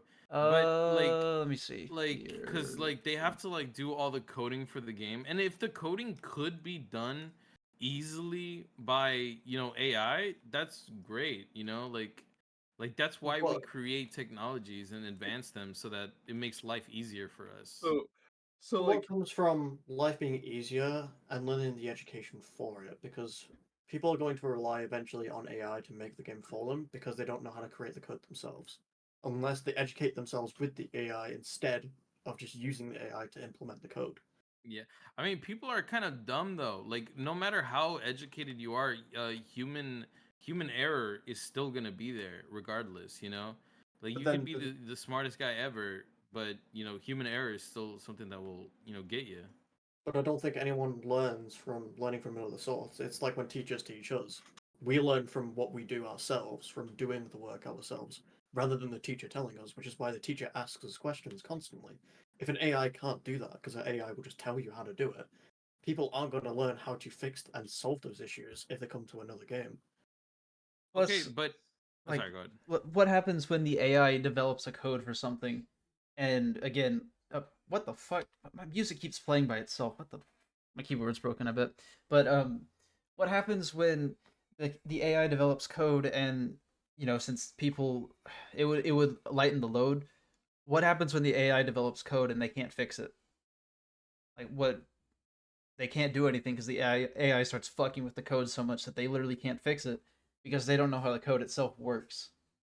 Yeah, I mean, but then doesn't that mean that there will never be like because if that happens so often that they need somebody who actually needs coding, then they're not going to 100% rely on code all the time. Mm. Like if an AI is fucking up so much that that's the case, then people are gonna be like, maybe we should learn how to do this just in case. So then, like- what was the point in bringing the AI in the first place? because it makes all of the easy shit be done so much quick. Like, for example, right, there's so much like there was this one time I got this piece of homework, right, where it was like, yo, go outside and name 50 plants that you see, name 50 animals that you see. I could have done the work very easily by just going around, looking around, and naming the things, right? But I was like, yo, Chat GPT, name 50 animals that you would find in this area, and boom, there they were. And I just like I could have done it easily myself, but with the AI, like there was no need to do all that work that would have taken hours. But then I guess the fascination from that comes into another degree is, would it be more enjoyable to go and list those things yourself and experiment with those type of things to see what the animals do, rather I than just guess looking up images? no, no. I mean, like I mean, I get where you're going with, but like for my specific example, the assignment was literally just name them. You know, it's not look at what they're doing or you know like what kind of environment are they in. Nothing. It was just name them. You know, like there was That's what I nothing mean. else to the assignment. Is the fact that in that sense, a developer will plant this code, but they won't do anything to try and express themselves with the code. You know, they won't try anything new. They'll just try and make it as basic as possible, rather than trying to, make a score that also bases it off of what you're actually doing in the game, rather than just making a score based on what you just did. You know, No, both so parties. AI being able to do that work for game developers, I would argue would help with the creativity, right? Because, like for example, in Sound Mind, one of the things that somebody complained about was the ink blots, which are like these the bots, right? Um, the developers had to code those AIs themselves, right? They had to like code those enemies themselves, and other people were like, "Hey, it would be so much cooler if like each one of these like were designed creatively and like uniquely based off of the patient and the world that they're in, right?" And they were like, "Yeah, that would have been cool, and we thought about it, but that's just a lot of work, you know." Like that's what I'm saying. If the AI could do all the grunt work and all of the coding that is not necessarily creative, you know, then it would give the developers room and space and time to come up with their own creative twist to it, you know? I see where you're coming from. Obviously, opinion matters. But it's another case of what Illusion said is, if the code fucks up, then the AI, when people are playing it, could do something horribly wrong and could corrupt saves, no longer being able to play the game. If the developers don't know how to come back and save people from their own saves as well, they can't do anything to support that. They literally say, alright, you gotta restart the game again. You know how many Oh, people would be pissed off if they've done so many hours of pure gaming to get to this point, and then they're basically told, we can't solve it. We cannot well, fix your issue. Even the AI is not going to help us finish this issue. well, When it's the because AI finally finishes up, the there's thing with nothing they can do. AI though is that like it's never gonna be like flawless the way that we expect it to be. Like whenever like let's say for example there was a robot or some sort of AI or anything that could like look at a car and scan it for any issues or anything like that and figure out like what needs to be done to fix it or whatever, right? Mechanics, like sure, a lot of them will lose their jobs, but for the most part, they will need somebody there who's knowledgeable about mechanics to be like, oh okay, the AI is fucking up here, or the AI is like doing this and it's doing that, and they need somebody to make sure that it's working properly. Well, yeah, there's obviously going to be a maintaining ability, but what if that person is ill and the AI is just generating the code for the devs that are there, and they accidentally fuck up by implementing the new update, and that person's not going to be able to come in for a whole week, so you're basically going to ruin your entire community just because God your damn Yeah, it. bot but fucked. that's not that it was, but Thanks for there's notifying me. a difference between just completely relying on an AI to do all of the work compared to using an Sorry, I AI hate to for the break the grunt tide work. randomly, but I gotta take my brother to work. So you guys keep discussing your stuff. I'll be back in like 10 minutes. I hate to just up Okay. and leave like this, but I have to take him to work because he didn't fucking notify me early. It's all good, right? Grip, we haven't heard from you in a little while. What do you think? So my thought with AI controlling things, uh, in fact, in like either yesterday or today, I saw a video that was basically like an AI trying to create an update for a game, specifically being TF2. It was an Mhm. AI that was just generating random stuff about new shit that they could add to TF2 for an update.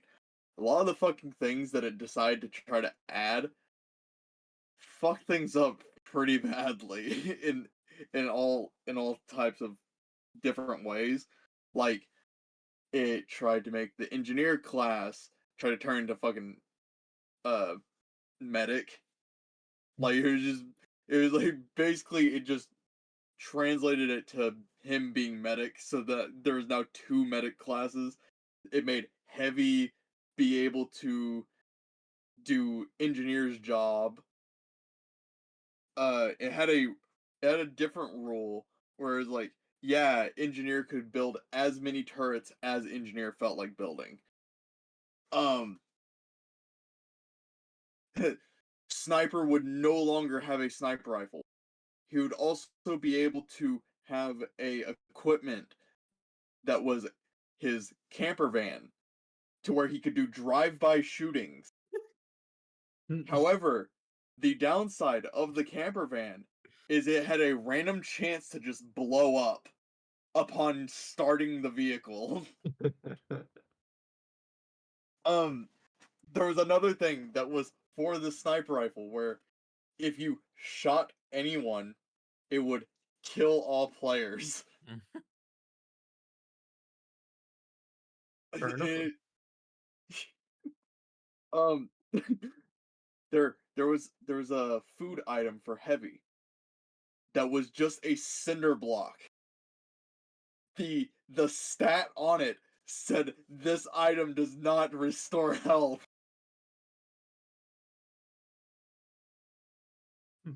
You could just eat a cinder block, just fuck it. And then So there was a different healing item that if he used the alt fire, which would be originally with healing items you throw it down.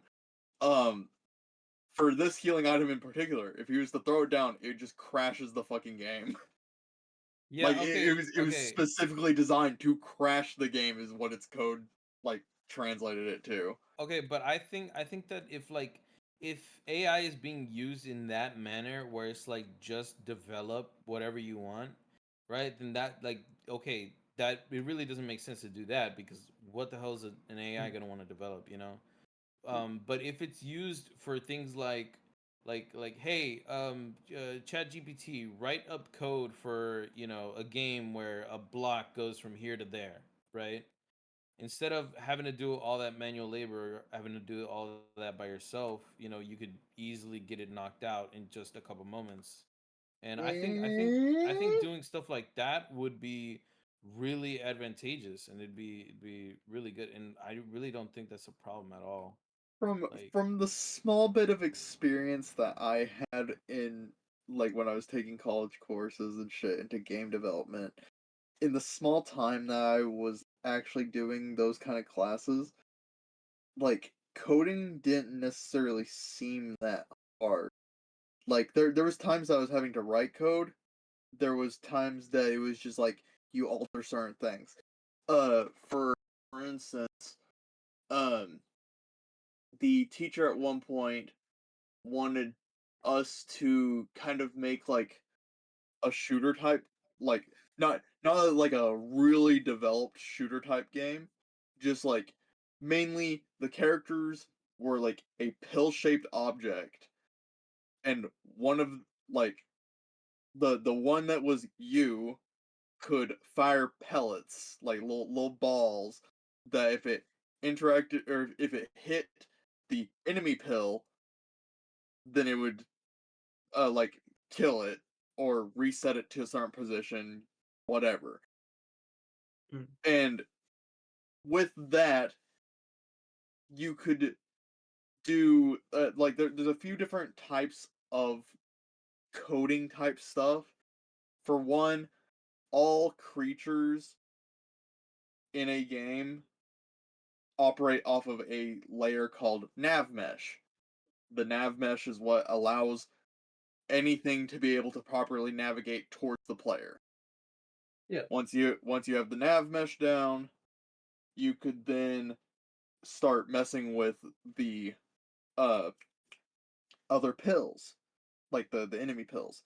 You can mess with them and then add a kind of a circular area to them or a cone shaped area to them where it's if where it becomes an if then type scenario. It's like uh have this object move around the area randomly, kind of.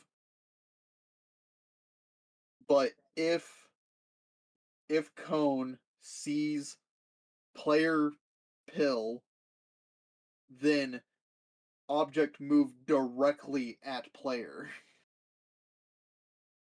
So, as soon as you got the closest to game development here, what is your thoughts on if you, as a person, worked with an AI to make a game?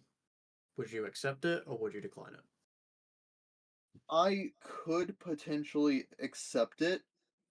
It highly depends on what it has control over. Because So, if it was just down to, like, say for instance, for just fine tuning a creature, AI would be good for it. Because what you could do is you could run it, and then like, say you had a blind creature that operated off of sound. You have two instances. You have a AI that controls the movement, or you basically have a program that controls the movement of the creature and how it's moving around the environment. Then you have a second program that is attached to that same, like the first program. The second one operates off of hearing. If it and they basically feed information back and forth to each other. It's like, ran into object, there is an object in front of us, so move this way, or heard glass break, start maneuvering towards this location. The AI would help give proper feedback to saying, like, say you set up the AI to just like give you a simple response of I heard that or I felt that. And you could just constantly have it like moving around the area and see what it responds to and what it doesn't respond to try to just fine tune something. But other let's than that, let's say what Record's basically saying is, if it was doing basic essentials, would you accept it? basic essentials in what manner? So, say if you So were making the small shooter, would you mind if it, developed the pills and stuff like that, or the nerve mesh?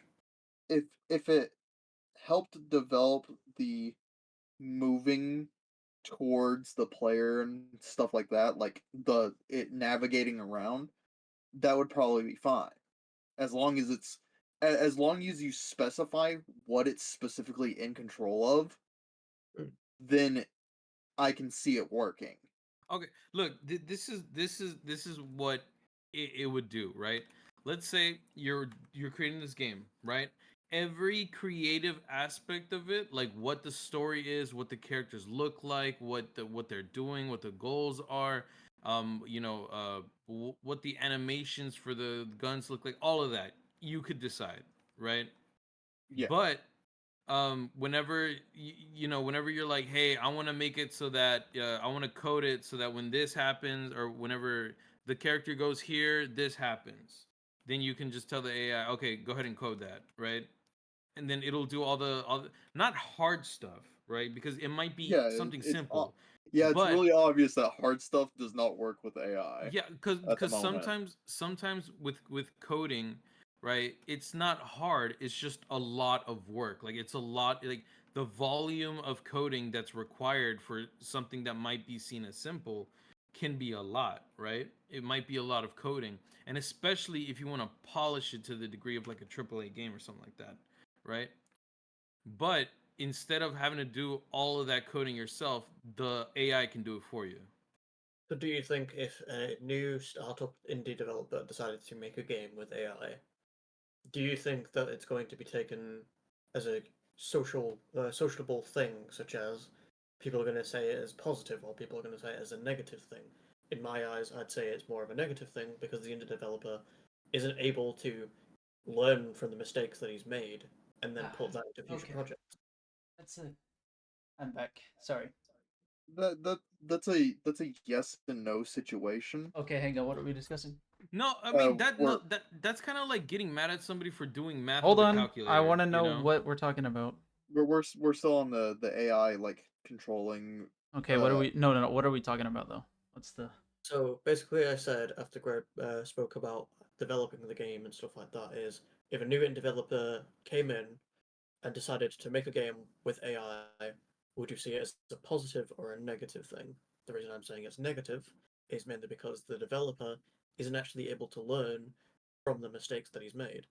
And on Rekka's terms with the calculator, it's an entirely different thing when it comes to it. A calculator is actually used in the tests, whereas with AI, it's an optional thing. Yeah, no, but I'm saying like getting mad at so if a developer uses AI to just, do the easy steps that are very because that's like what you use a calculator for, because like with some math problems there's just like a lot of math, instead of going okay, 5 times 14 and then going 5, 10, 15, 20, 25, Then 30. That's Instead of 70. doing that, you just get a calculator and do 15 times 14 or 5 times 14. Boom, there it is, right? That's essentially what using the AI for developing video games would be like. Right, but here's It'd the be thing. like, Like I You need to I learn how to do do the math, and then you can use the AI. That would make more sense because then, if there's a problem along the way, then you'll figure it out because you yeah, know how to solve the I'm problem. not, no, no, what I'm saying is so like the AI would know what the goal is or what type of coding they're doing because you as a coder is telling them, okay, this is what we're going to be doing. I need you to do the grunt work, So instead of like, cuz obviously if you're not good at coding or if you don't know how to code, you're not going to do something that requires heavy coding even though you have an AI, It's like you guys don't like it when I bring like different examples that don't have to, so I'm not gonna do that. But Okay, with that was a non coding, sequitur. yeah, sorry. With coding, like you're just using a tool that you could use to speed up the process. You know? I kind of understand like where he's kind of getting at. It's mainly like something that would be too tedious to just do by hand. Like say you had like a really long hallway and you wanted a bunch of lights in that hallway to flicker at different intervals. The AI could just instantly just run random code for the flickering light intervals rather than it just being like, okay, I set this one for like to flicker every 30 seconds and this one 28 second, so on and so forth. It just would make simple tasks quicker and make it take less time for the overall development because someone's not sitting there coding like a 50th object to do the exact same thing as almost like every other object but just slightly different. But I understand the aspect of that. It's mainly the thing of, do you think the community behind it would be receiving it negatively? I'm more I concerned on if you're going to be doing that. I feel like you should still know how to do the task at hand Hmm. and because I'm you not can saying code the AI in a way where you won't learn the code. It'll just do the task, but it's then you're not I'm learning not how to code it if you ever have to do it manually. it's like I'm not saying that you wouldn't know how to do it manually because you still at least have to give some kind of basis for the AI to work with. So you'd at least have to give them a range. Like say uh you tell the AI, "Hey, I want uh like the name of the file lights." So it's like you have like light 1 through 10. Hmm. Like you specifically tell it how many lights there are uh and then you tell them like an interval of like dim or something like that in an interval of between 20 to like 100 seconds, like for So instance, is that's make them what. do Sorry. continue for a second. It's just like AI can't necessarily just work with nothing. It has to be fed some kind of information in order to start its process in the first place. So Yeah. you would at least have to know something about the code in the first place in order to feed So- it something for it to work with. Let's put a hypothetical bombshell in this. Okay.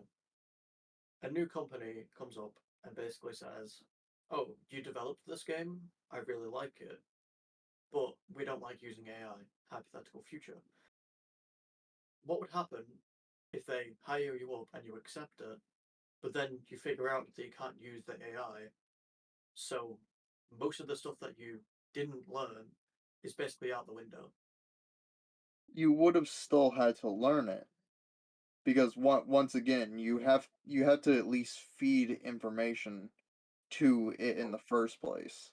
This means the code that you originally had is no longer available, and it also means that the AI that you did use with all the information that it had is also gone. So the basic information you had at the start, such as learning the simple code to get the extra code from the AI, what would happen to you is that the company will notice, and you're going to make mistakes, and cost that company a lot of extra time compared to learning the code and then finding out, oh, I can do this part. You know, you can't go to your other employees and ask, look, I don't know how to do this, because the employees will just laugh at you in most cases. In That development, is one of the things. It's just if you don't know how to do it, a lot of them will laugh at you and then basically say you're gonna have to learn how to. that also wraps back around to there's human error. No one's ever fucking perfect. Um, as well as the only case that works, or like that kind of hypothetical necessarily works in, is if you are the only person working on that project. If you if you are the only person, for one, that's a fucking shit ass company. If Yeah. if it's like a multi-millionaire or some kind of company and you are the only coder, that's a shit ass company. Well, You no, should I'm not leave. saying. I'm more saying on the fact that there's mostly people who'll be working on the code, but there'll be people like saying, "What the fuck are you doing to the code?" You're not able to optimize the code and change anything that comes to it. If there's an update and you don't know how to do it, and you're the only other person working on an update, such as if you were working on the TF2 side of it, when there's only like 3 people working on it. But what you're going to do when the community is consistently getting mad at you because you can't change it? You're Well, ruining if the company's entire structure. well, okay, so if okay, here's the thing. If you're given a job offer for coding and you don't know how to code, then don't accept the job, right? Like I'm not going to That's what hire I'm somebody who saying. doesn't know how to code, right? They don't know. They don't know that you accept the job because they say high pay rate. Yeah, You yeah. suddenly walk into the business. Then the person who accepted the job is a buffoon, right? Because why would you do that? Yeah, You That's because like, what I'm saying. It's a for hypothetical here. for one they tell, yeah, I was like, for one, in your first thing that you were talking about was you the person hiring you said no AI, like, we do not like AI here. That person would have been like, oh fuck, I use AI for like these kind of things, this would maybe fuck me over, and then would probably reconsider. Also, when you're working, like, from my general knowledge of like companies that are like working on games, if uh people will look over, like, you're the same people that are working on the same project as you, they will at times look over everyone's code that they have so far to make sure that everything's seeming okay. And if they saw, like, if any of them saw a spot where they think that the code could be improved, they would talk to the person and say, "Hey, we noticed that your code did have some problems. We can show you how to modify it so that future reference, when we need to make something like this again, that you are more prepared for. That's what I mean. You're slowing down the project when you could have been doing everything in the first place.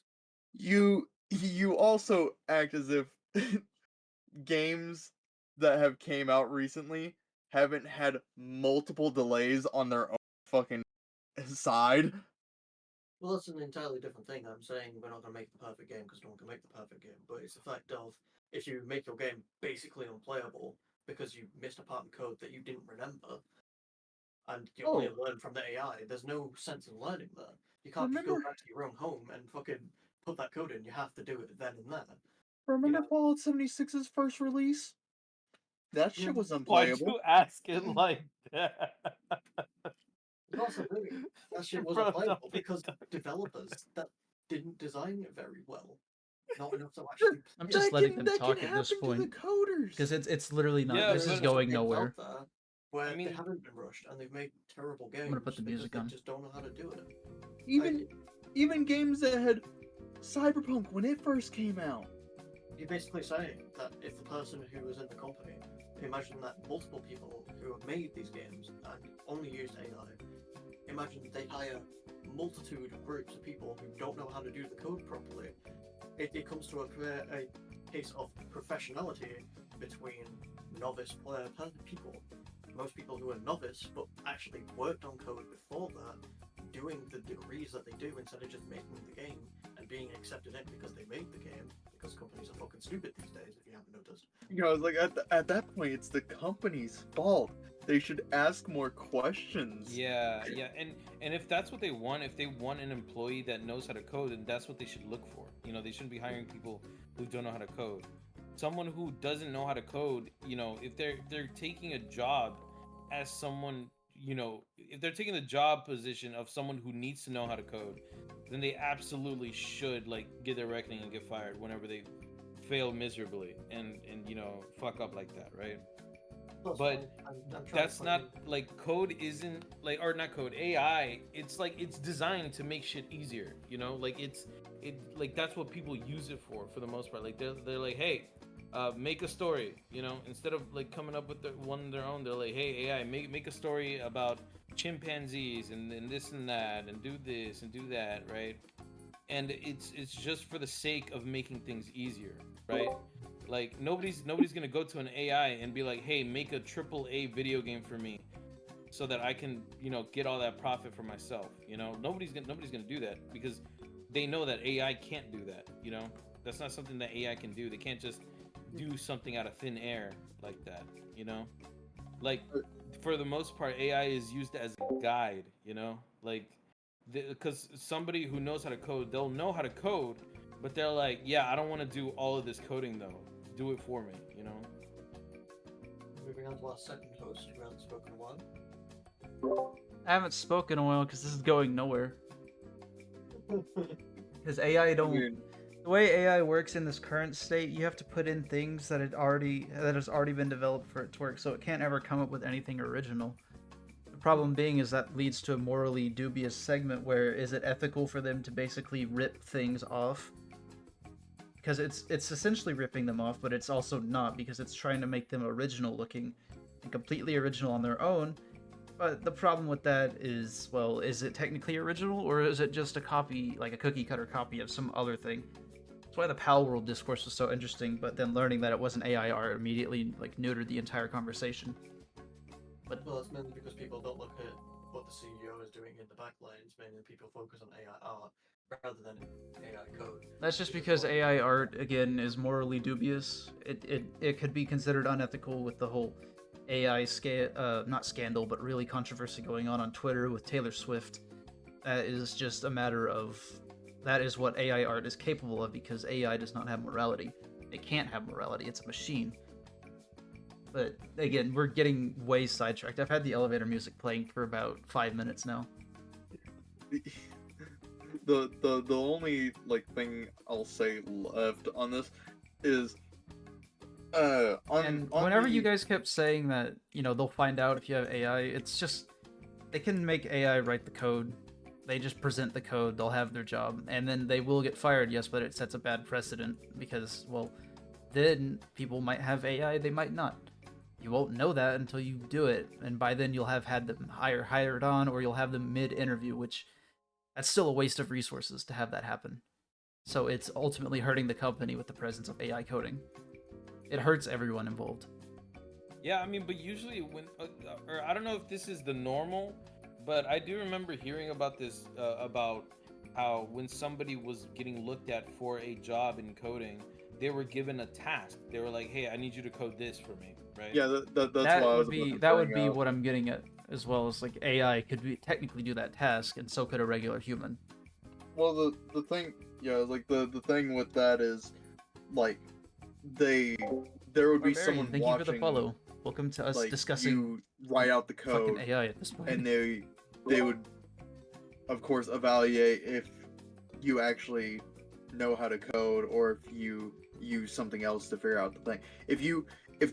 If someone was watching your screen and they saw you, like, dart over, type in your, like, AI's, like, shit, and then just copy paste the AI's code that it gives you into the thing, they'd be like, yeah, you don't have a place here.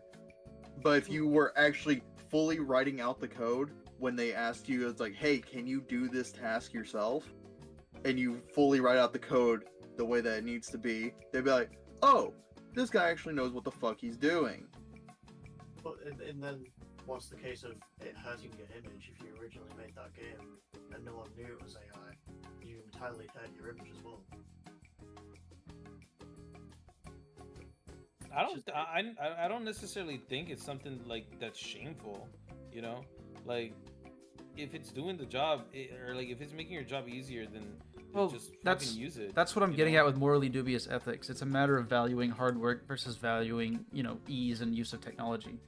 Like, I'd rather value the hard work. You value the ease and use of technology. It's a matter of different values, which is why it's morally dubious, because it is not physically possible to actually gauge whether it's better or not. It's completely subjective in this field, but me personally, I'd rather see someone code it than see someone use a fucking AI to make it work. Yeah, it's like for an Not actual, not if it takes like days for him to do it. I'd rather have them do that. but like, basically my value on how, like, coding works, of being the one person that has actually coded something. Look at this guy, master coder. I have coded a little bit. Bad Not he legs coded- or anything. He coded his dick and balls into the computer. Yep. No, 3D render. but, Put it on Blender. 3D render. But when it comes to, like, making a creature, like, say like a Dead Space enemy, like one of those guys, I'd prefer someone create the AI for that themselves, like it moving around, all that kind of shit, make that themselves. But for instances of, like, lingering fog, lights breaking, lights flickering, basically just small, tedious things that would take a while, like a long time, for you to manually edit each and every object that you want to have that kind of effect on. I would be kind of fine with them using a AI to set up random intervals on that object. But if it's something that is, like, important, like, say, something exploding close range to the character and it, like, throws them back, I wouldn't want an AI coding that kind of event. I would want that to be hand done, or I'd rather. So what you're telling me is that the atmosphere can suffer if it would make the job easier. the atmosphere wouldn't necessarily Yes, it would. suffer. An AI can't read emotion. If you're making a horror game and you let the AI determine how to make it scary, then its version of scary isn't going to be the same thing as the human version. But you can tell it what you're looking for, you know? It can't read it though. Sure, AIs it can't read can, but you emotion. you can describe to him what a sad face looks like, and then with that knowledge that you just given them, they're able to Right. build something off of that. You know? Not I really. was just going Yes, off really. of No. I was just going off of small environmental things. I wasn't even talking about That's the still face. the thing is the environmental things play directly into the atmosphere. If your environment is like human made, like I'm gonna point to Left 4 Dead, all right, because it's a good example of this. The AI director sets the stage for how the level plays. How the level feels is completely human curated. The lighting, the fog, the way the environment works. If it was AI generated each time, it would suffer because that's what makes it interesting. They took human input. They took like a psychiatrist, someone who can analyze what invokes fear into people, and they crafted a story out of that. They crafted a level that invokes fear, or is supposed to at least. And AI Yeah. can't really do that because it can't measure fear. It can't think, oh, this is what would scare a human. A Yeah, human but can think about that. no one would ask an AI to do that. Like, Well, whenever if you're asking it to mold the environment, then it's essentially asking the same thing.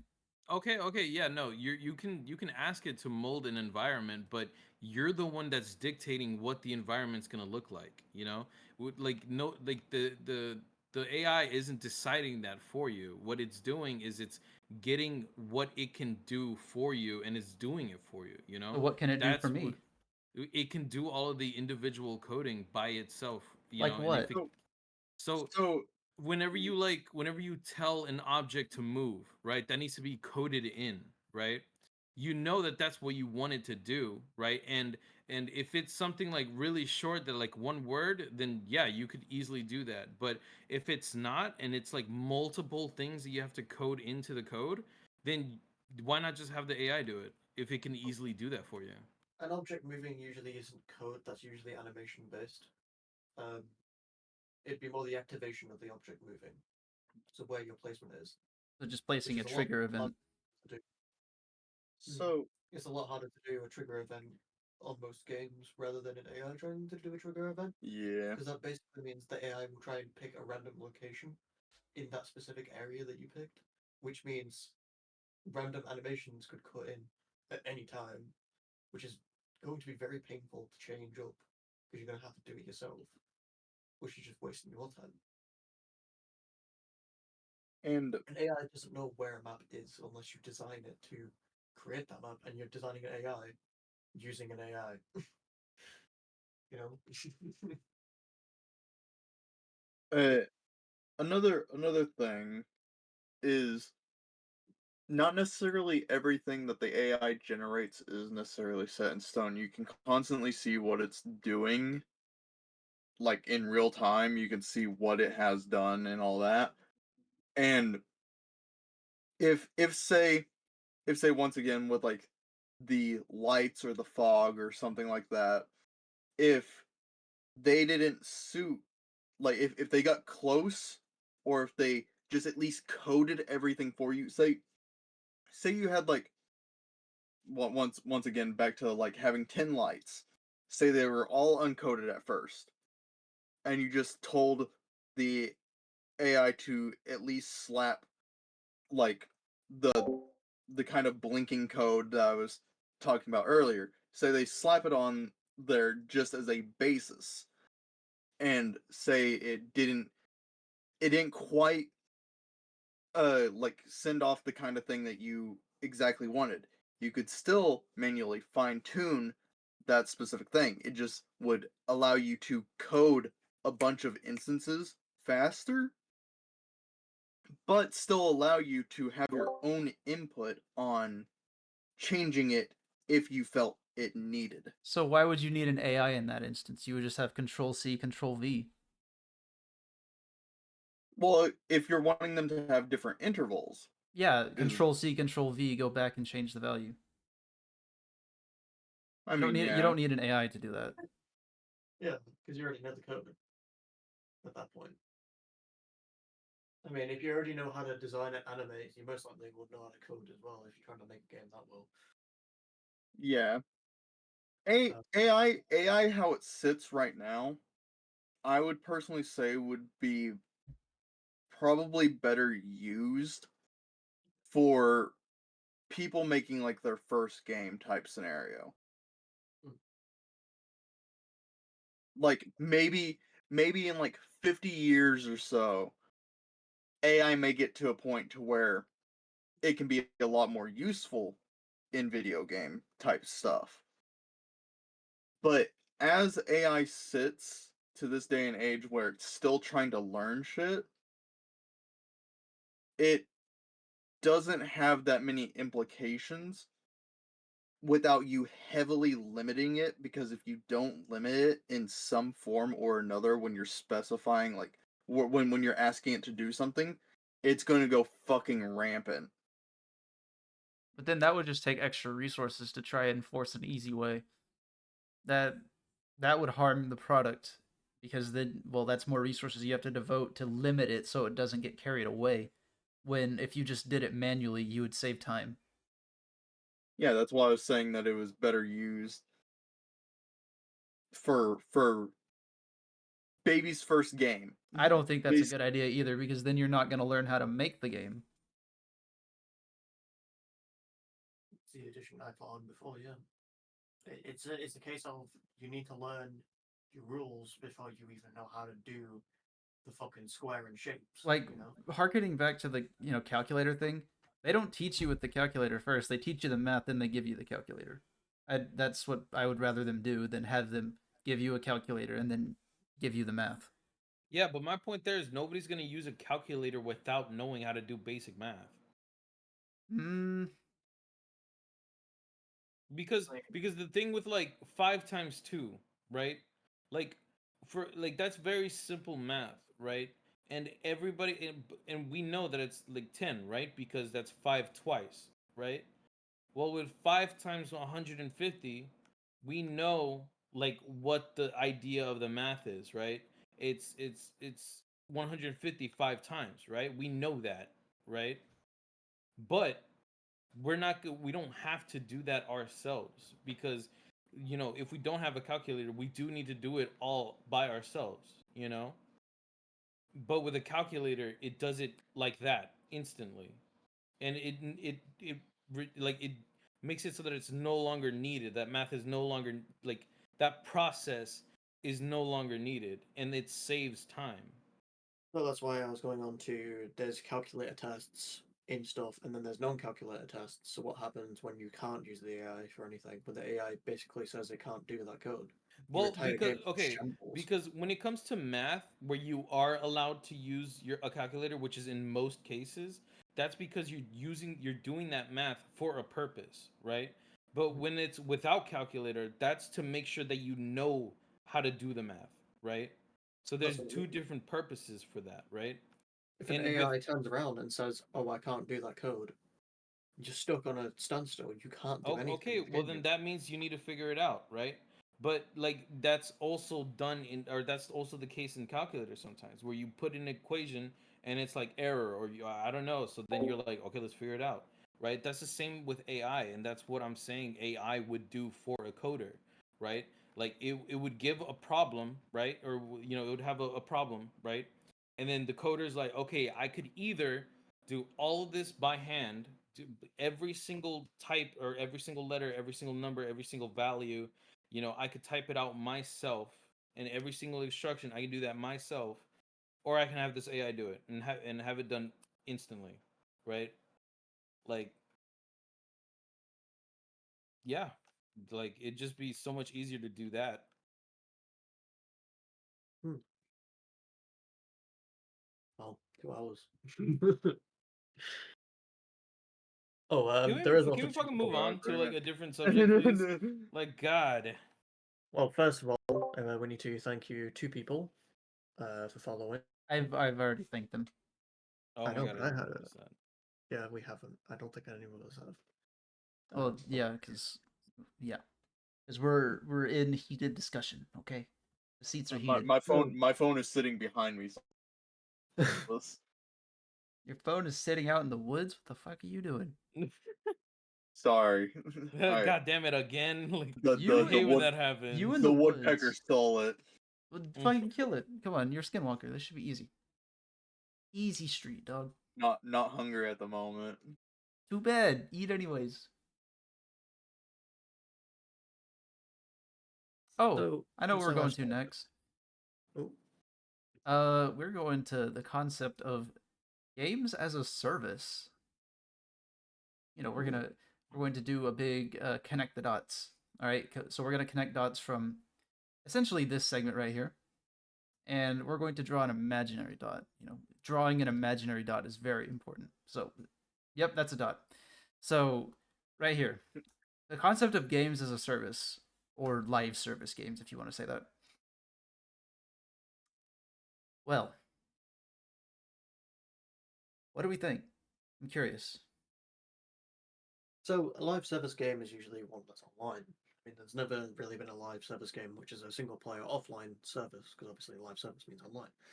But there has never been a game specifically to me where live service seems like the better option. I would rather have something that has an offline to an online mode. Payday being one of the best examples of Payday 2.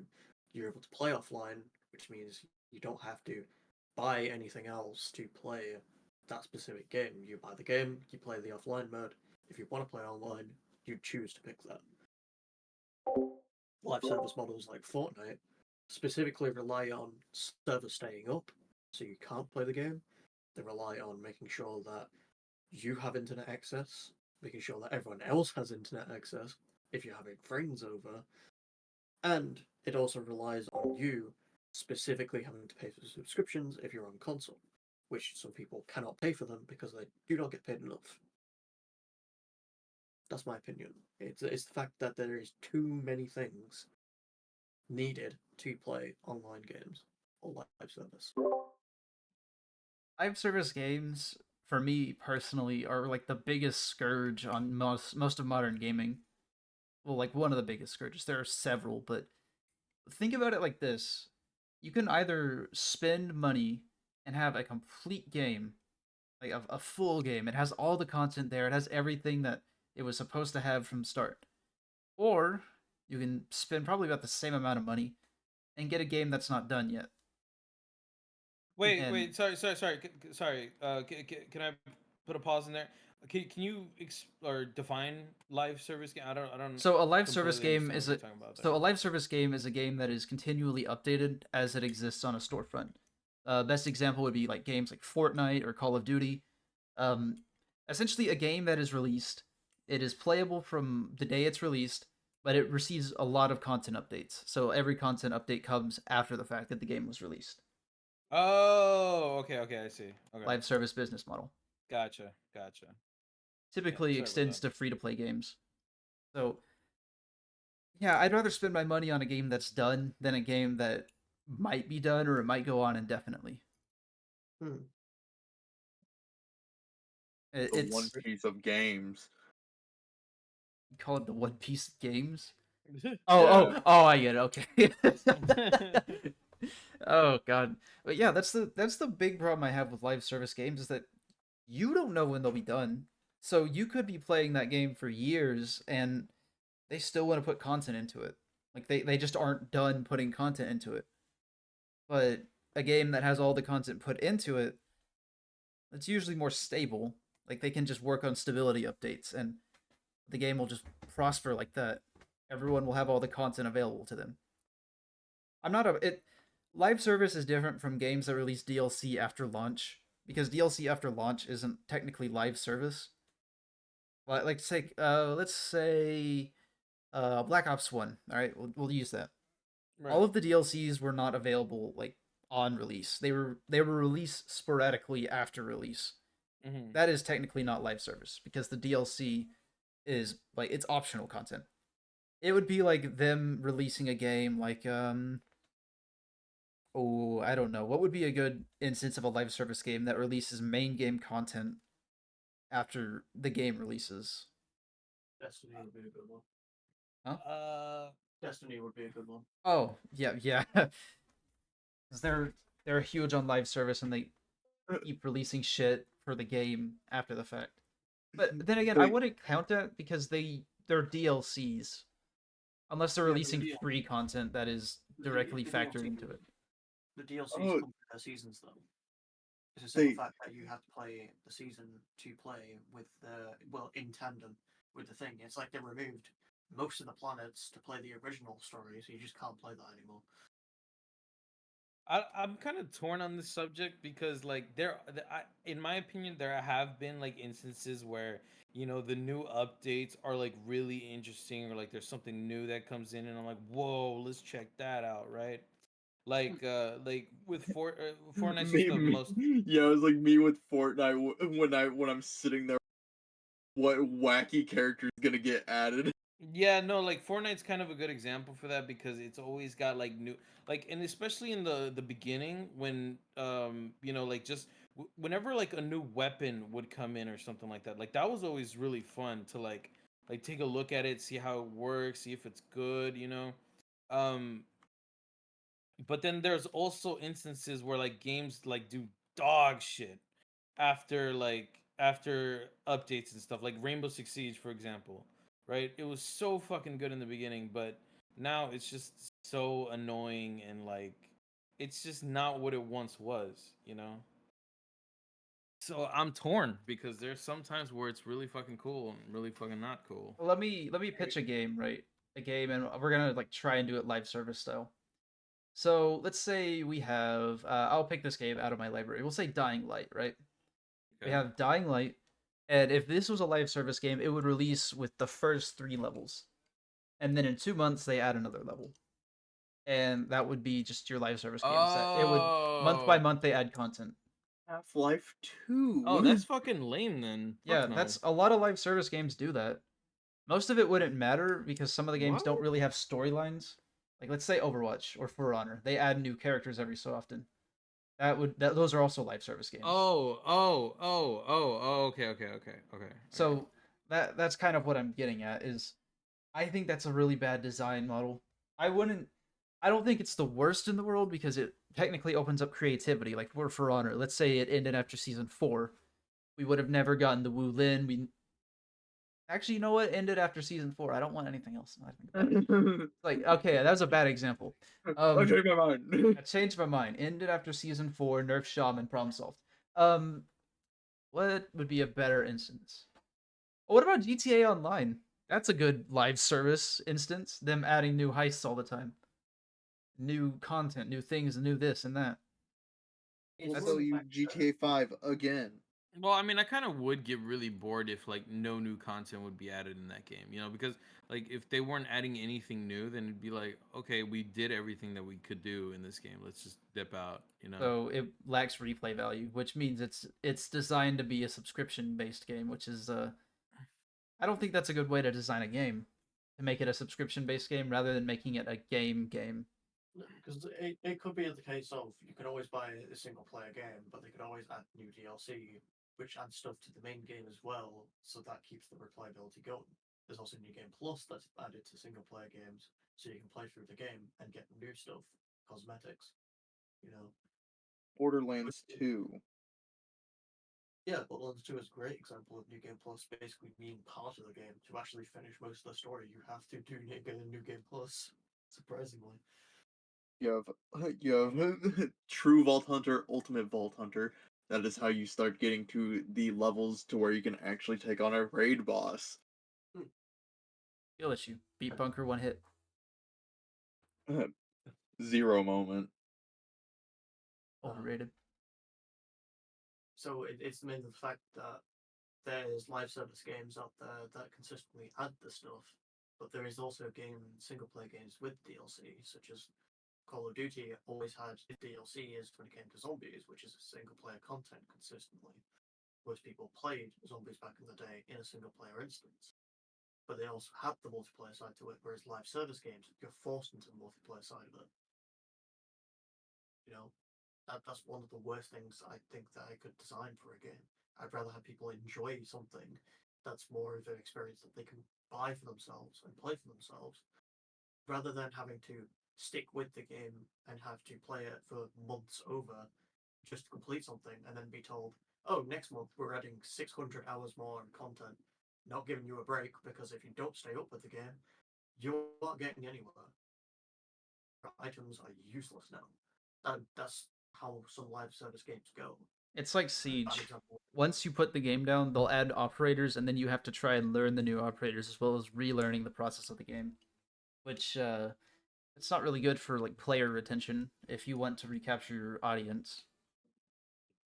Like I have No, never not played that. against Tubarão, and I'm gonna have to relearn how to play Tubarão if I want to play the game again. I mean, games were like Trove. So Trove ages ago had a max level of like 100 or something. I can't remember. And then they decided to make max levels and change everything, such as challenge rooms and stuff like that, to a higher level value. So everything that you used to be able to do, you can't do anymore. Your weapons that you had are pretty much useless when it came to the higher level stuff. So you had to start basically all over again. And it's the same with Destiny. They had weapons constantly through new updates, but they kept increasing the power level of weapons. So your old weapon no longer is as useful. Oh yeah, that was Powered weapon. annoying. Yeah, Or power they- creep. That was Or- super annoying. Or they completely vault the weapon that you were using. Wait. They can do that? Yeah, they will at times on Destiny completely like take a gun and then just put it in the vault. You just cannot access that weapon until they decide to finally unvault that weapon. Hey, Illusion, why don't you play Destiny? But it's the major fact that this is what live service games do. When you had a weapon in Fortnite that you really, really liked, and they just completely rip it from the game. What about fucking Apex and their rotating weapon cycle? Like, oh yeah, last season I wouldn't have gotten killed by the L-Star, but because it's the care package gun this time, you won that fight. It's the fact that live service games constantly try and put out this thing where it's like, we're going to remove and vault content, whereas all they need to do is basically reskin weapons and no one would notice. I mean, isn't that normal though for like companies to want to keep players on their games? Like, That is, but the way they go about it is a bad way of going about it. well, then what would be a good way to go about it? Making game modes specific to weapons that you like, such as if Season OG was still a thing in Fortnite because people liked the OG weapons compared to the new weapons. New weapons have bullet drop in Fortnite, which makes people really fucking hate the game. I've noticed a lot of people do not want to play the game because of that. So, what can they do? They bring back the OG weapons, which don't have bullet drop off. You know, people cannot access the game anymore, mainly for the fact that they were used to the old model of the game, whereas now they're having to play this stupid fucking sniper It's a that they nerfed recently. it's as a well. matter of they keep changing the game, so it keeps changing how the player has to learn the game. And that can be really frustrating if you have to constantly relearn the game because they keep changing it. I mean, if you pick, let's say, well, Siege is still a good example, like when they do map reworks. Mm-hmm. But let's take this as in a sense. Let's crank it up to 11, kind of similar to how Fortnite does it. Let's say every single season they always change one of the core maps. They always change it. They change house. They change house. They change house. After a while, you're gonna get tired of having to learn how to play house or consulate. They constantly change consulate. It's never the same in the next season. So you have to relearn consulate each time. And it's after a while you're going to not scare your players off, but you're going to make them burn out because they have to constantly be learning how to play on your map because you keep changing it. It technically keeps like players playing, but it keeps them playing for bad reasons because then the players are going to hate your game. But wouldn't because I feel like I feel like I'd get pretty bored if I was playing the exact same maps over and over and over again. You know? Well, that's the thing. Siege doesn't add new games or new maps. Neither does Fortnite. They just keep cycling maps and then like jumping stuff into it. Like So it's the same map, but it's got like random things inside of it now instead of a new map completely. on Fortnite's side, I'm kind of fine when they like change weapons. Like cuz like on Destiny's side where it's like yeah, they vault weapons every now and then. At least when they vault weapons on Fortnite, it vaults it for everyone. Everyone has to deal with the same fact that that weapon is no longer available. Isn't that the same case However, for Destiny though? People who might have been striving to get a gun now can't get it, and the people who had the gun now don't have it. yeah, but the thing is Yeah, but what? with Destiny Yeah, but what grip? No, sorry. with Destiny, there's weapon synergies. Like you can have an entire build that works off of one gun. If you get rid of that gun, that build no longer exists at all. As well as well, I'm talking about on Destiny side. I'm saying for Fortnite, it's the same thing. If you were alive in the SMG that you liked in the original update, and then they completely scrap it from you. You have to learn an entire new weapon, which you probably won't like more than what you had originally. The other thing is on Destiny side is some weapons they vault specifically for the reason that it countered a different playstyle. Say like so they had like one new class type come out. I can't remember the fucking name of it for the life of me. But basically they didn't like the fact that people weren't doing as good with it compared to others. So they decided to nerf a class entirely so that people would decide to play that other class more. That's punishing the players for no reason when they could just fix the class. If it's shortcoming, Yeah, then fix where the shortcomings are. yeah. And then on Fortnite side, it's like, yeah, they may have removed the SMG that you loved a lot. You may have used that SMG specifically against, like, say, a shotgun because of the fact that it's like you may have been able to output damage faster than the shotgun could output damage on you. Well, now that both of those are vaulted, you no longer have to deal with the issue of that SMG versus shotgun battle. But then they had new weapons, which most likely could be worse or better than what were before, which means you don't know going against someone in your first few games if a new weapon is going to be good or not. You know, some people But like the feel of certain things. but at the same time, I am fine with having to learn a new weapon for like a few games compared to knowing exactly how a like say if I was like someone that was really into build battle. I fucking hate build battle. I hate you now. No, I'm kidding. I'm kidding. Let's not play Fortnite together anymore. I fucking hate build.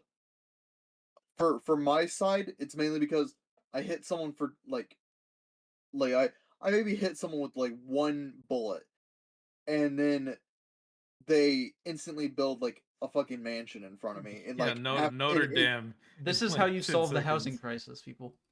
they instantly build a fucking mansion in front of me, and it's like I couldn't do anything about it.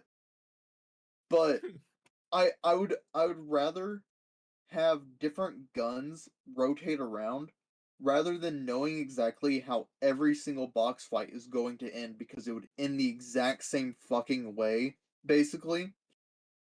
Being, oh boy, I'm gonna use like for instance in this season on Fortnite, Hang it's on. like, Yeah. oh Hang on. boy, Fucking army.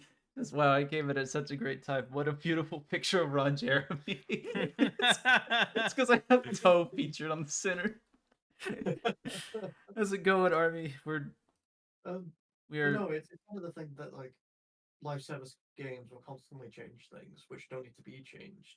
You know, if a weapon works, I'd say keep it somewhere in the rotation rather than removing weapons entirely just to fit your new model. You know, if a supply drop decides to land in, give it a chance to give you the original weapon that you liked, but then I don't know, make it so that legendary chests also have that drop chance, so everyone has a chance to get that weapon, rather than trying to make it seem like every season there needs to be a new weapon. Make it more interesting by having more things in the game, so that everyone has a different loadout. Everything can just be fun, rather than trying to make everyone have the This has same been one of the loadout. most It interesting gets episodes boring we've had after a so while. far, Army. I recommend if you I get mean a it chance makes to watch sense, the but VOD also just whenever we get it uploaded. keeping the weapons around in the first place. Hmm. Every game suffers Army like likes every your little icon, Kate. Well, the Peter Griffin. Yeah, the Peter Griffin dying. ev- And every we are doing PvP quite good today. every PvP like multiplayer type game all suffer from the exact same thing, being the meta. Every game that falls into PvP multiplayer usually falls into having a meta of some sort. People will eventually all run the exact same loadouts regardless because of the fact that they know what's good, what isn't. Warzone. Yeah, and like, well, okay, I could be looking at this, and I could be the odd one out. I could have the off opinion here, but I personally do like seeing new maps and new weapons and stuff. And the reason why is because, like, one, it's a nice challenge to have to adapt to those changes. Like in Rainbow Six Siege, if you have the map knowledge and if you have the map knowledge, you can win Thank you, any Ari. game. I think you'll right? really like this Because one because we get a lot of the times we that's argue that's a all you lot with need. this one, But so it'll be a little more interesting. when you get like a couple of really good players and then put them all in a brand new map, it makes things really fucking interesting. And when it comes to like the guns in the rotation, I actually really agree with like just keep all of the options there. I agree. Maps and like new guns and stuff are it's not bad. It really isn't. Like learning new stuff isn't bad, but having to constantly learn new stuff is where I draw the line. Where it's every single update I have to learn something new and I'm being forced into it because I don't have a choice. There's a reason that That's- Fortnite keeps adding things from the vault back into the main game is because people want things that are familiar to them. People constantly ask for things that are familiar to them. The reason that people want to go to Chapter 1 map is because they knew the map and they enjoyed the map. It's the fact that people like the sense of originality and familiarity in a game. That's why I'm trying to say make things that are common, very rare, but when people see it, they scream like fuck because that's what you want. You want things where people are like, "Oh my god, I just got a minigun," you know, something that's not in the game at the moment. They just randomly get the minigun. The minigun's kind of ass though. Yeah, but Whoa, someone whoa, will like shut your minigun. mouth about my minigun, bruh. Shut your Some mouth. people, some Oh, people love oh the boy, minigun. oh boy, my light ammo gun that does like 16 damage per bullet that also overheats. Yeah. No, but like, Don't you go like dissing on my minigun? whenever it comes to that, where like games are like, there's like a lot of new shit, and you have to like always like the way I see it is like, how like in the solo player, like I'll use BioShock as an example, right? Like in BioShock, um, you know, at first it was just the same bad guys over and over again, right? But then the turrets come in, then the cameras come in, then the big daddies come in, then the fucking slicers come in, and then it's like you have to like absorb that information and work around it and adapt to it, right? The thing Like, is, they always introduce new weapons, but then they also add like upgrades to original weapons to make them more useful against, the new enemies, which mm-hmm, makes sense. But right. when it comes to live service models, it's a lot harder to actually design, mainly because you can't just go out of your way and say, look, we can add attachments to the original weapons because that would take a long time to do. That's why they made the new weapons for Fortnite. It's mainly the case of when you add in something new, a lot of people like the familiarity to it, as I said before. So it doesn't matter if it needs attachments or not. Most people will just go out of their way and say, look, can you add this thing back? And if they do, a lot of people would be happier with the game and they would actually stick to the game more. It's like going to For Honor and saying, uh, look, can we have something like a new game mode to only bring back a specific part, such as only season 1 characters are allowed in this mode? It's something that doesn't need to be added, but it's something that people would actually do. Fucking Pablo. Yeah, They who would the do fuck it. dragged Pablo? Here's the thing: they would do it, but if you force people in having to deal with it, that's the problem. Is that a lot of the games don't give you a choice of I can learn this new map or I can do this, and then like let's say that For Honor idea you just had. If For Honor did that idea, but then they said you can't play anyone outside of season 1, Mm. and then you have to deal with that for the entire like season they have in play. It is like not You'd good get choice. boned. Well, yeah, Yeah. you would If it's screw your game game, mode. but here's the thing: it matters if it's a game mode or not. It's player agency, and in some instances, like in Apex instances, that shit really don't happen. What the fuck are you? Are you in a box? Yeah, it's the Solid Snake crossover. Oh, I didn't realize. Like I had Pablo sitting right here, and then you just circle this, and it's you in a box. Went from the hold on. Went from Xbox layoff tweet to bringing back OG content to games. Holy shit, man! You are not. Let's just say, Army, we have been on a roller coaster today. It's just Yeah, that this roller coaster is made out of drywall and And pure hatred. I was gonna say the come from our egregious hate Oh, fucking yeah. or revenge sex, you know, not No. revenge, sorry, makeup sex. That's right. Please, Army, save me. I'm drowning in it. Is that the I'm drowning. is that the gritty? Bro is saying he's a shark, but is drowning. No way. Wait, hold on, Wrecker, you're a shark. They do Right, call me the agree. grid. I'm a fishophobe. Okay, I can't have you in here. All right, man. No, wait, hold on. Wow, you must have Aquatophobe. really hated Nemo. Man, I'm surprised that even made it to mainstream. God. But yeah, on the final approach of basically saying the live service games difference and stuff like that to single players, I definitely think the way that live service games should go for in the future is tending towards specific player choices and not trying to just force people into something that they want to do, such as Destiny should definitely go back to making original seasons more playable. So swapping around the planets so that you can play the original Red War story, which you can't anymore. Stuff like that. Making things more accessible to players, and especially for newer players who want to try something out new. Like R6 did right at the start, where you can play normal maps that are in a specific loop, rather than playing every single map and having to learn them all.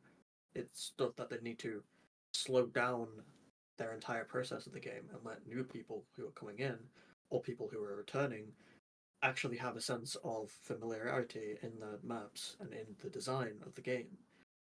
If you keep adding on new stuff, people who come back are again going to be scared coming in because they don't know what's good, what's bad, and they're just going to get frustrated with the game.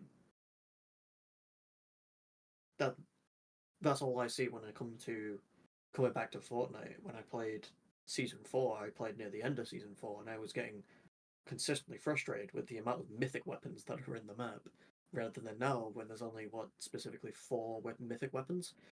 In Season 4, not Season 4, in Chapter 4, they had like 8 mythic weapons, which did absolutely way too much damage compared to what they are now. Were you around during the glitched weapons? A little, yeah. The running gun SMG was really annoying. Running gun SMG, there was a fucking shotgun that if you hit someone, I'm pretty sure it did both siphon health and also gave them a fucking speed boost. What? Hold on, what? Yeah, that's why I don't There- like stuff going in, because a lot of people would just be scared of the fact that they'd have to go to a specific area just to do something, just to gain an item like that. Oh, fucking glitched weapons. They were never guaranteed. They were never guaranteed at spots. The boxes that you could possibly get them out of were always randomized. There's a chance that there's not a glitched weapon in the map entirely. A hesitated accelerate shotgun is what Army calls it. Yeah. No, the heisted, I think you said. I meant to say. Oh, the heisted. Okay, that makes more sense than the hesitated, so not hesitated. Okay. But basically, a lot of companies, like a lot of game companies, are onto the point of old things for their current players get stale, so they have to add new thing. New thing fuck with everyone basically. But with that in mind, when you say And then the game eventually goes new stale, thing when you say that, don't you think that's a problem if the game goes stale without having new content in it? Well, I find I mean that that's unavoidable. every game. Yeah, that's, it's like Yeah, Say- but impossible for it. game shouldn't be stale right out the gates. No, it never. No, I'm not, it I'm never not saying is. I'm It never not is. saying that it. I'm No. saying old things eventually, like say if we never got an update for Fortnite for like 2 years. Oh fuck yeah! Eventually. No That one would be a no great one that would would be a great time of prosperity for humanity. Yeah, but like no one would be fucking playing it. Say if you played. So that means it has no replay value. No, that's not what he's saying. So like a game can go stale even if it has like good replayability. Yeah, right? like say No. say you Yes. played. No, Say you Left 4 played Dead your- hasn't gone stale. It has, or Not- like it does. No, not Because really. you do not see people still playing Left 4 Dead, meaning that it's I become do. still. Okay, some people do, but like whenever lot it of people first do. came out, though, like how was it? It was insane. Everybody was playing Left 4 Dead, right? But now it got stale. So not as many people are playing it still. You gotta Is think what we're of, saying. You gotta think of what an actual live service game does, and a game that has gone through its live service. Because you're talking about a game that's gone through its live service rather than a game that is now only going through its live service state. There's got to be a difference between that. Like You know, it's impossible for a game to completely stay like it's impossible for replayability to stay stagnant, you know? Like it needs to shift, you know? Because it could be the most perfect game ever, right? But if you're doing the same things over and over and over and over and over and over again, it's gonna get stale. You're gonna get bored of it eventually. And that's why I'm saying you don't need to add everything that was from the original seasons back. You only need to add specific weapons and stuff like that, where people know. That's why we have the shockwave grenade and stuff like that, which makes the season so fun. Yeah. Oh. Sorry, go ahead.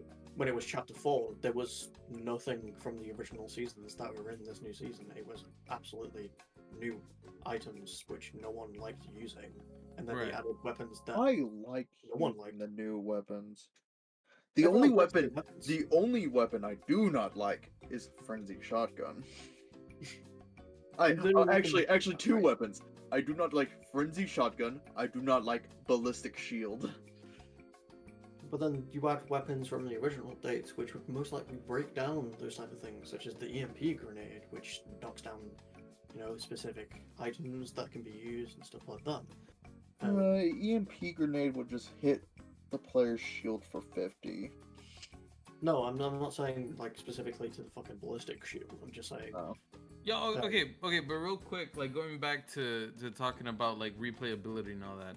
Like replayability in most cases only is working, or is only a game is replayable if after every run there's something new, or there's a different angle you can go with, right? That's like in games like Detroit Become Human or something. You might want to play that over a couple of times because there are different endings, there are different ways that things can go, right? But after you've explored all of those, there is nowhere else to go, right? So Yeah, let's say, believe it. yeah, exactly. So like let's say they're like, oh hey, guess what? We're adding an update, so there's more into the story. Then you'll be like, oh, what the fuck? Yeah, let's go check it out. You know. Best example for you, Illusion, to break down your argument is mainly the fact that Dead by Daylight is a thing that even if it's constantly being updated, it does go stale for one person after time. Someone does not like the game for the way it's going, for the way that things constantly change. Yeah, the only way to like concretely like prevent something from going stale is from adding like variables to it, like adding new things and different things to it. Or else, if you're not doing that, then you're not getting us something that's replayable. The reason why Fortnite was slowly becoming worse and worse was mainly the fact that they didn't add new game modes, and then they decided, let's add Rocket League to Fortnite, let's add a music festival thing to it to make it more interesting, to open up new ideas to people. Oh yeah, and that got so many people playing the game again. Like I don't know what it's called, but like the concert bullshit where you could like like Guitar Heroes, like that looks so fucking cool and fun, you know?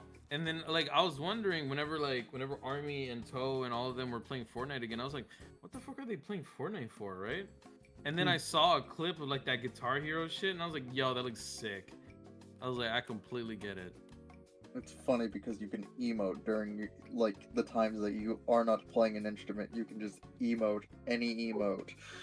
think of the things that they added in that make it so fun. You know, Guitar Hero. Everyone's played Guitar Hero before. It's familiar.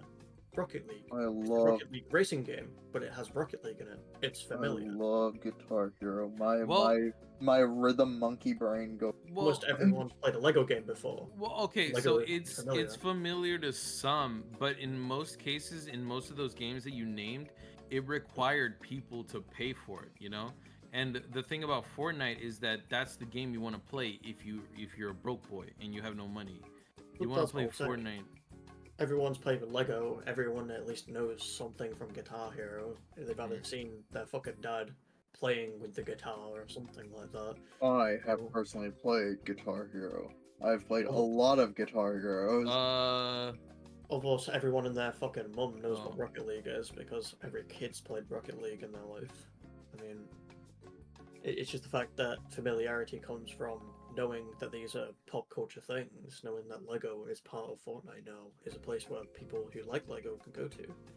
Yeah, That's and even why- if you don't like Lego, it's kind of like one of those things where it's like, what?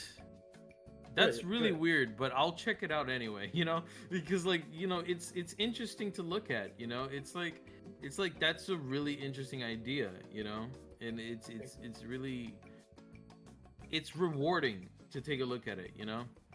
And then to people who don't really like Lego, they will still play the mode because it has a survive game in it.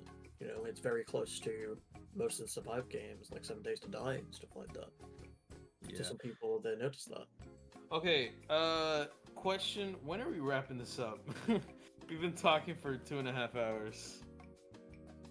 I think Illusion has moved somewhere at the moment, Oh. so we'll have to speak about something else. No, I'm still okay. here. I've just been Oh, listening. okay. I don't know. If we're ready to like wrap it up, we can just do our little wrap up outro. Is that a full party notion? I think so. Or I mean, unless there's something else you guys want to I'm- talk about. I'm like or... searching my brain at the moment. Yeah. Think if there's like some last minute like things you want to talk about real quick. I feel like I've gone through everything, and I like Oh, it. actually, I do want to ask you guys something. What? Mhm. How do you? Oh fuck! What is it called? Like you know what Apple is doing, where like those goggles things or whatever are like putting digital elements into the physical world. You know? What, What is that AR? called?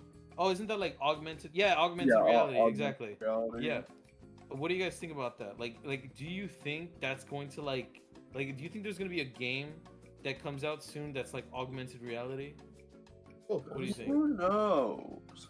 I mean, Quest I 3 don't think it will, to be honest. Really? Okay. Yeah, because the thing about augmented reality, like virtual reality, you're in Mhm. the virtual world. Augmented reality is, well, it's the real world. It's based in the real Mhm. world. It just puts in digital elements. But I feel like that would open up a couple of legal problems. Because what You could happens? play Galaga. But like, no, like, if it opens it up in the legal sense, you're technically viewing the world, and like you. I know this is like the most stupid, batshit, insane thing you're probably gonna hear me say, but what happens when you play a porn game in public on that augmented reality shit? It's like I don't think they're going to do Yeah, augmented reality yeah. video games. Yeah, no. At least not for a long time, and before they can like hammer out legal ramifications for it. Yeah, no, they're like I find that like so exciting and like so interesting. Like the idea that these new technologies that we're coming up with is like because it's such a gray area. Like who the fuck knows, you know? Like nobody has thought that has needed to come up with like legislate like nobody has needed to come up with laws regarding augmented reality because it's never been possible before, you know? Like I find that Yeah. shit so interesting and fun. It's something new, but obviously VR has already had its laws, such as there is harassment that you can do in VR games and stuff like that. So it mainly comes to the fact that augmented reality is something that started on phones and is now getting to the VR headsets. When you Quest say 3 had that through. when you say harassment in VR, I just immediately think of that clip of that guy who's playing. I don't even know what it is, but he like walks up to this girl, and he's like he says, "Open up," and he's got like the Oh. drink, and that guy comes darting out and says, "Leave her alone." He just busts out laughing at it. No, it's I think it was another fact that there was a guy playing VR chat and some guy decided to basically scare him, like scare the fuck out of him, and he had a heart attack while on stream. Oh, fuck. okay, hang Yeah. on. Yeah, that's completely different from what That I'm is saying. insane. Yeah, so that there's people out there Is who are he going to read stuff. okay? Is bro Mm, 5? I would not know. I did not read into it. Get him I a don't health remember. pack. Did he die? Get in the virtual world and revive him real quick. On Does he know? Has a heart attack on the ground.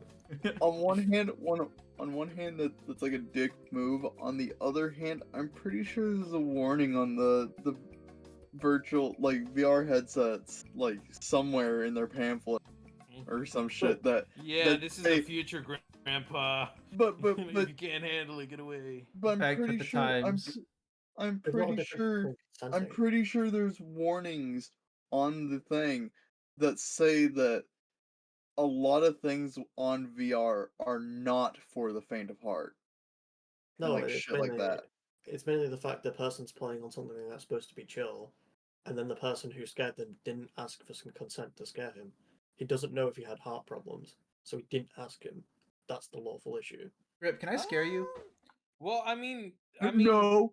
isn't that kind of like a slippery slope though? Because, have you seen that video? Then or what that becomes TikTok? permissible when someone's wearing VR? Yeah, or whenever somebody's like just scaring somebody, you know those TikToks where it's like that guy in that like horrific looking like monster costume, and he's like scaring little kids and shit, and he's like going around and like just scaring people. Or what about those guys that like wear ghillie suits and then hide near a tree at like public places and they go pop out and they are like, I scared you, like are they gonna get fucking arrested for scaring people? I mean, they If have been arrested before. yeah, The thought of like your Halloween, just Halloween, just like someone coming up trick or treating, and you have like a thing that's like pops out to like scare people, and it's like you fucking accidentally caused someone to have a heart. Like, Oh, how how the fuck horrific was would I that be? supposed to know? Oh my Just God. how was I supposed to know? It's Halloween. You're supposed to Your fucking Honor, scare Your people. Honor, my client has pled oopsie daisies. It was Halloween season. I know, No, but dude, there's more of a difference. can you imagine it's like a really stupid like scare or something? Like he just goes ooga booga or something like that. And it Ooga I'm results going in to booga. sue somebody Microsoft for dying. I'm gonna sue Microsoft for Holy having a shit. Windows pop-up happened. I had a heart attack. It startled me. Yeah, no, yeah, because like Ba-da-da-dum. what if you're like quietly like you're not sneaking or anything. You're just like quietly because that happens all the time where like I'm like walking around my house and I'm just walking, right? And then my sister will pop out and she'd be like, "Jesus Christ, you scared me." Right? And I'd be like, "I wasn't doing anything. Like I was just existing and that scared you, you know?" Like, I don't know. Can somebody shut me up already? Let's go home. I think there's a difference between like pranks and stuff like that. It depends on how bad it is. But it's the fact that in most cases, prank shows that do try and scare people and stuff like that usually have a health team behind them or a HR team to explain if it's a bad prank or if it's something that they should only be doing on their friends, compared to the fact that you are going around scaring people without consent online, which most likely means that you are scaring people who you have no coalition with and are most likely putting in danger, compared to something where it's a horror game where they're choosing to be feared. You know? Right. It's like if Impractical Jokers was a thing, but everyone was tonight's big loser. Hmm. So that's kind of the thing because it's always Sal, isn't it? Sal's always tonight's big loser. Which Sal Not is a always, friend. not always, Yes, but he he has like is. he Sal has is always tonight's big loser, even when they say Sal otherwise. Sal is just the loser. Sal has had the worst ones from what I can recall. Like for instance, uh the fucking fact that one time they told him to walk into a fucking motel room and then had a fucking tiger walk like out the fucking bathroom Yeah. Yeah. Good luck, man. like an Oh. like an actual fucking tiger was like chained up and he fucking so scared to fucking anywhere into that room because it's like Why is it I fucking can hear chain Dark break. Souls I music? am dead. No, I think the most horrific one that like has to do with him was the one where they had like I forgot what they did exactly, but they were like embarrassing him in some sort of way, but they did it to him while he was on a stage, and in the audience there were nothing but like children and like nuns and shit. And I was like, oh, that's fucking awful. I'm like, that's fucking awful. There was also the time that he was chased by a guy in a cat suit through a fucking cornfield. That's was it the pretty tiger? funny. It's oh, he was a that's- skinwalker. No, That's stuff you do to friends. there's an incident with a tiger. There's an Yeah, incident with a guy. In a yeah. I cat like to suit that throw happens Grip multiple in a amount of room. time. I like to throw Grip in a motel room and then release a tiger in it to see how he reacts. How the But it's- tiger reacts. Throw me to the tiger. I'll come back pregnant. I'll come back a father. It's the case of most people do background checks before they try and do anything, and if it's usually an online prank, it's most likely to a friend or it's most likely scripted. Except for those know. people that it is neither towards, and those people are actually criminals. Those people have been arrested, so in most cases, most people do background checks on the person before. What they about do that case that happened a while ago where that guy tried to pull a prank calling some dude like a PDF file, and then he got shot because of it? PDF file. That's so funny. What Yeah. the fuck? Why have I never heard that before? What? Have you never heard of Holy- the PDF I've- file? Oh my god, he's a pedophile. But yeah, Dude, that was is so funny. that was a Holy shit. contentious issue because he shot him, like he shot him in the chest because he wouldn't leave him alone. He was harassing him. Now it's not legal to do that. You can't just shoot someone because they're annoying you. But Yeah, on the other hand, like, It's Albert Einstein. on the other hand, like when you prank innocent people, there's a chance that shit will happen because they're going to get really defensive. Okay, there's a difference between a lighthearted prank, or not even a lighthearted prank, just a prank, right? There's a difference between a prank and like something that will actually have consequences. You know, So like, there's a like difference. something actually illegal. So you're saying there's a Yeah, difference between a prank and harassment? Yeah, like if I'm swatting somebody, you know, like That's it's just a that's prank, bro. that's not a prank. That's completely awful, and like that's like It's a criminal like- offense. that's like you're hoping something bad happens, you know? Like that's what that is right there. That's what swatting is. And if like for example, right? Like one of my coworkers who works back in the kitchen, every time I go back into the kitchen, he likes sticking stickers on my back. Like he tries to make it so that I don't notice that he stuck a sticker to my back, right? I would consider that to be like a prank, you know? Bit of yeah, chicanery, you know. Yeah, Chicanery. dude. Well, if it comes to an online scare and you haven't got the person's consent to do that, because that's, they're playing on a game where they're supposed to be chilling out and they're not asking for this, compared to normal prank shows where they do background checks and making sure they find someone who doesn't look like they have a problem, or they usually find a person that they do actual checks on, such as a family or a friend, before Yeah. they do anything scary, because the usual pranks on shows and stuff like that are simple, easy pranks, not really designed to scare anyone. Maybe make people feel uneasy and then start chasing them, so they get built up, so it doesn't give them a heart attack. Right. But it's a case of instantly scaring someone, and the fact that they could have a scare, they could class it as harassment, mainly for the fact they had a heart attack, which means their life could have been lost.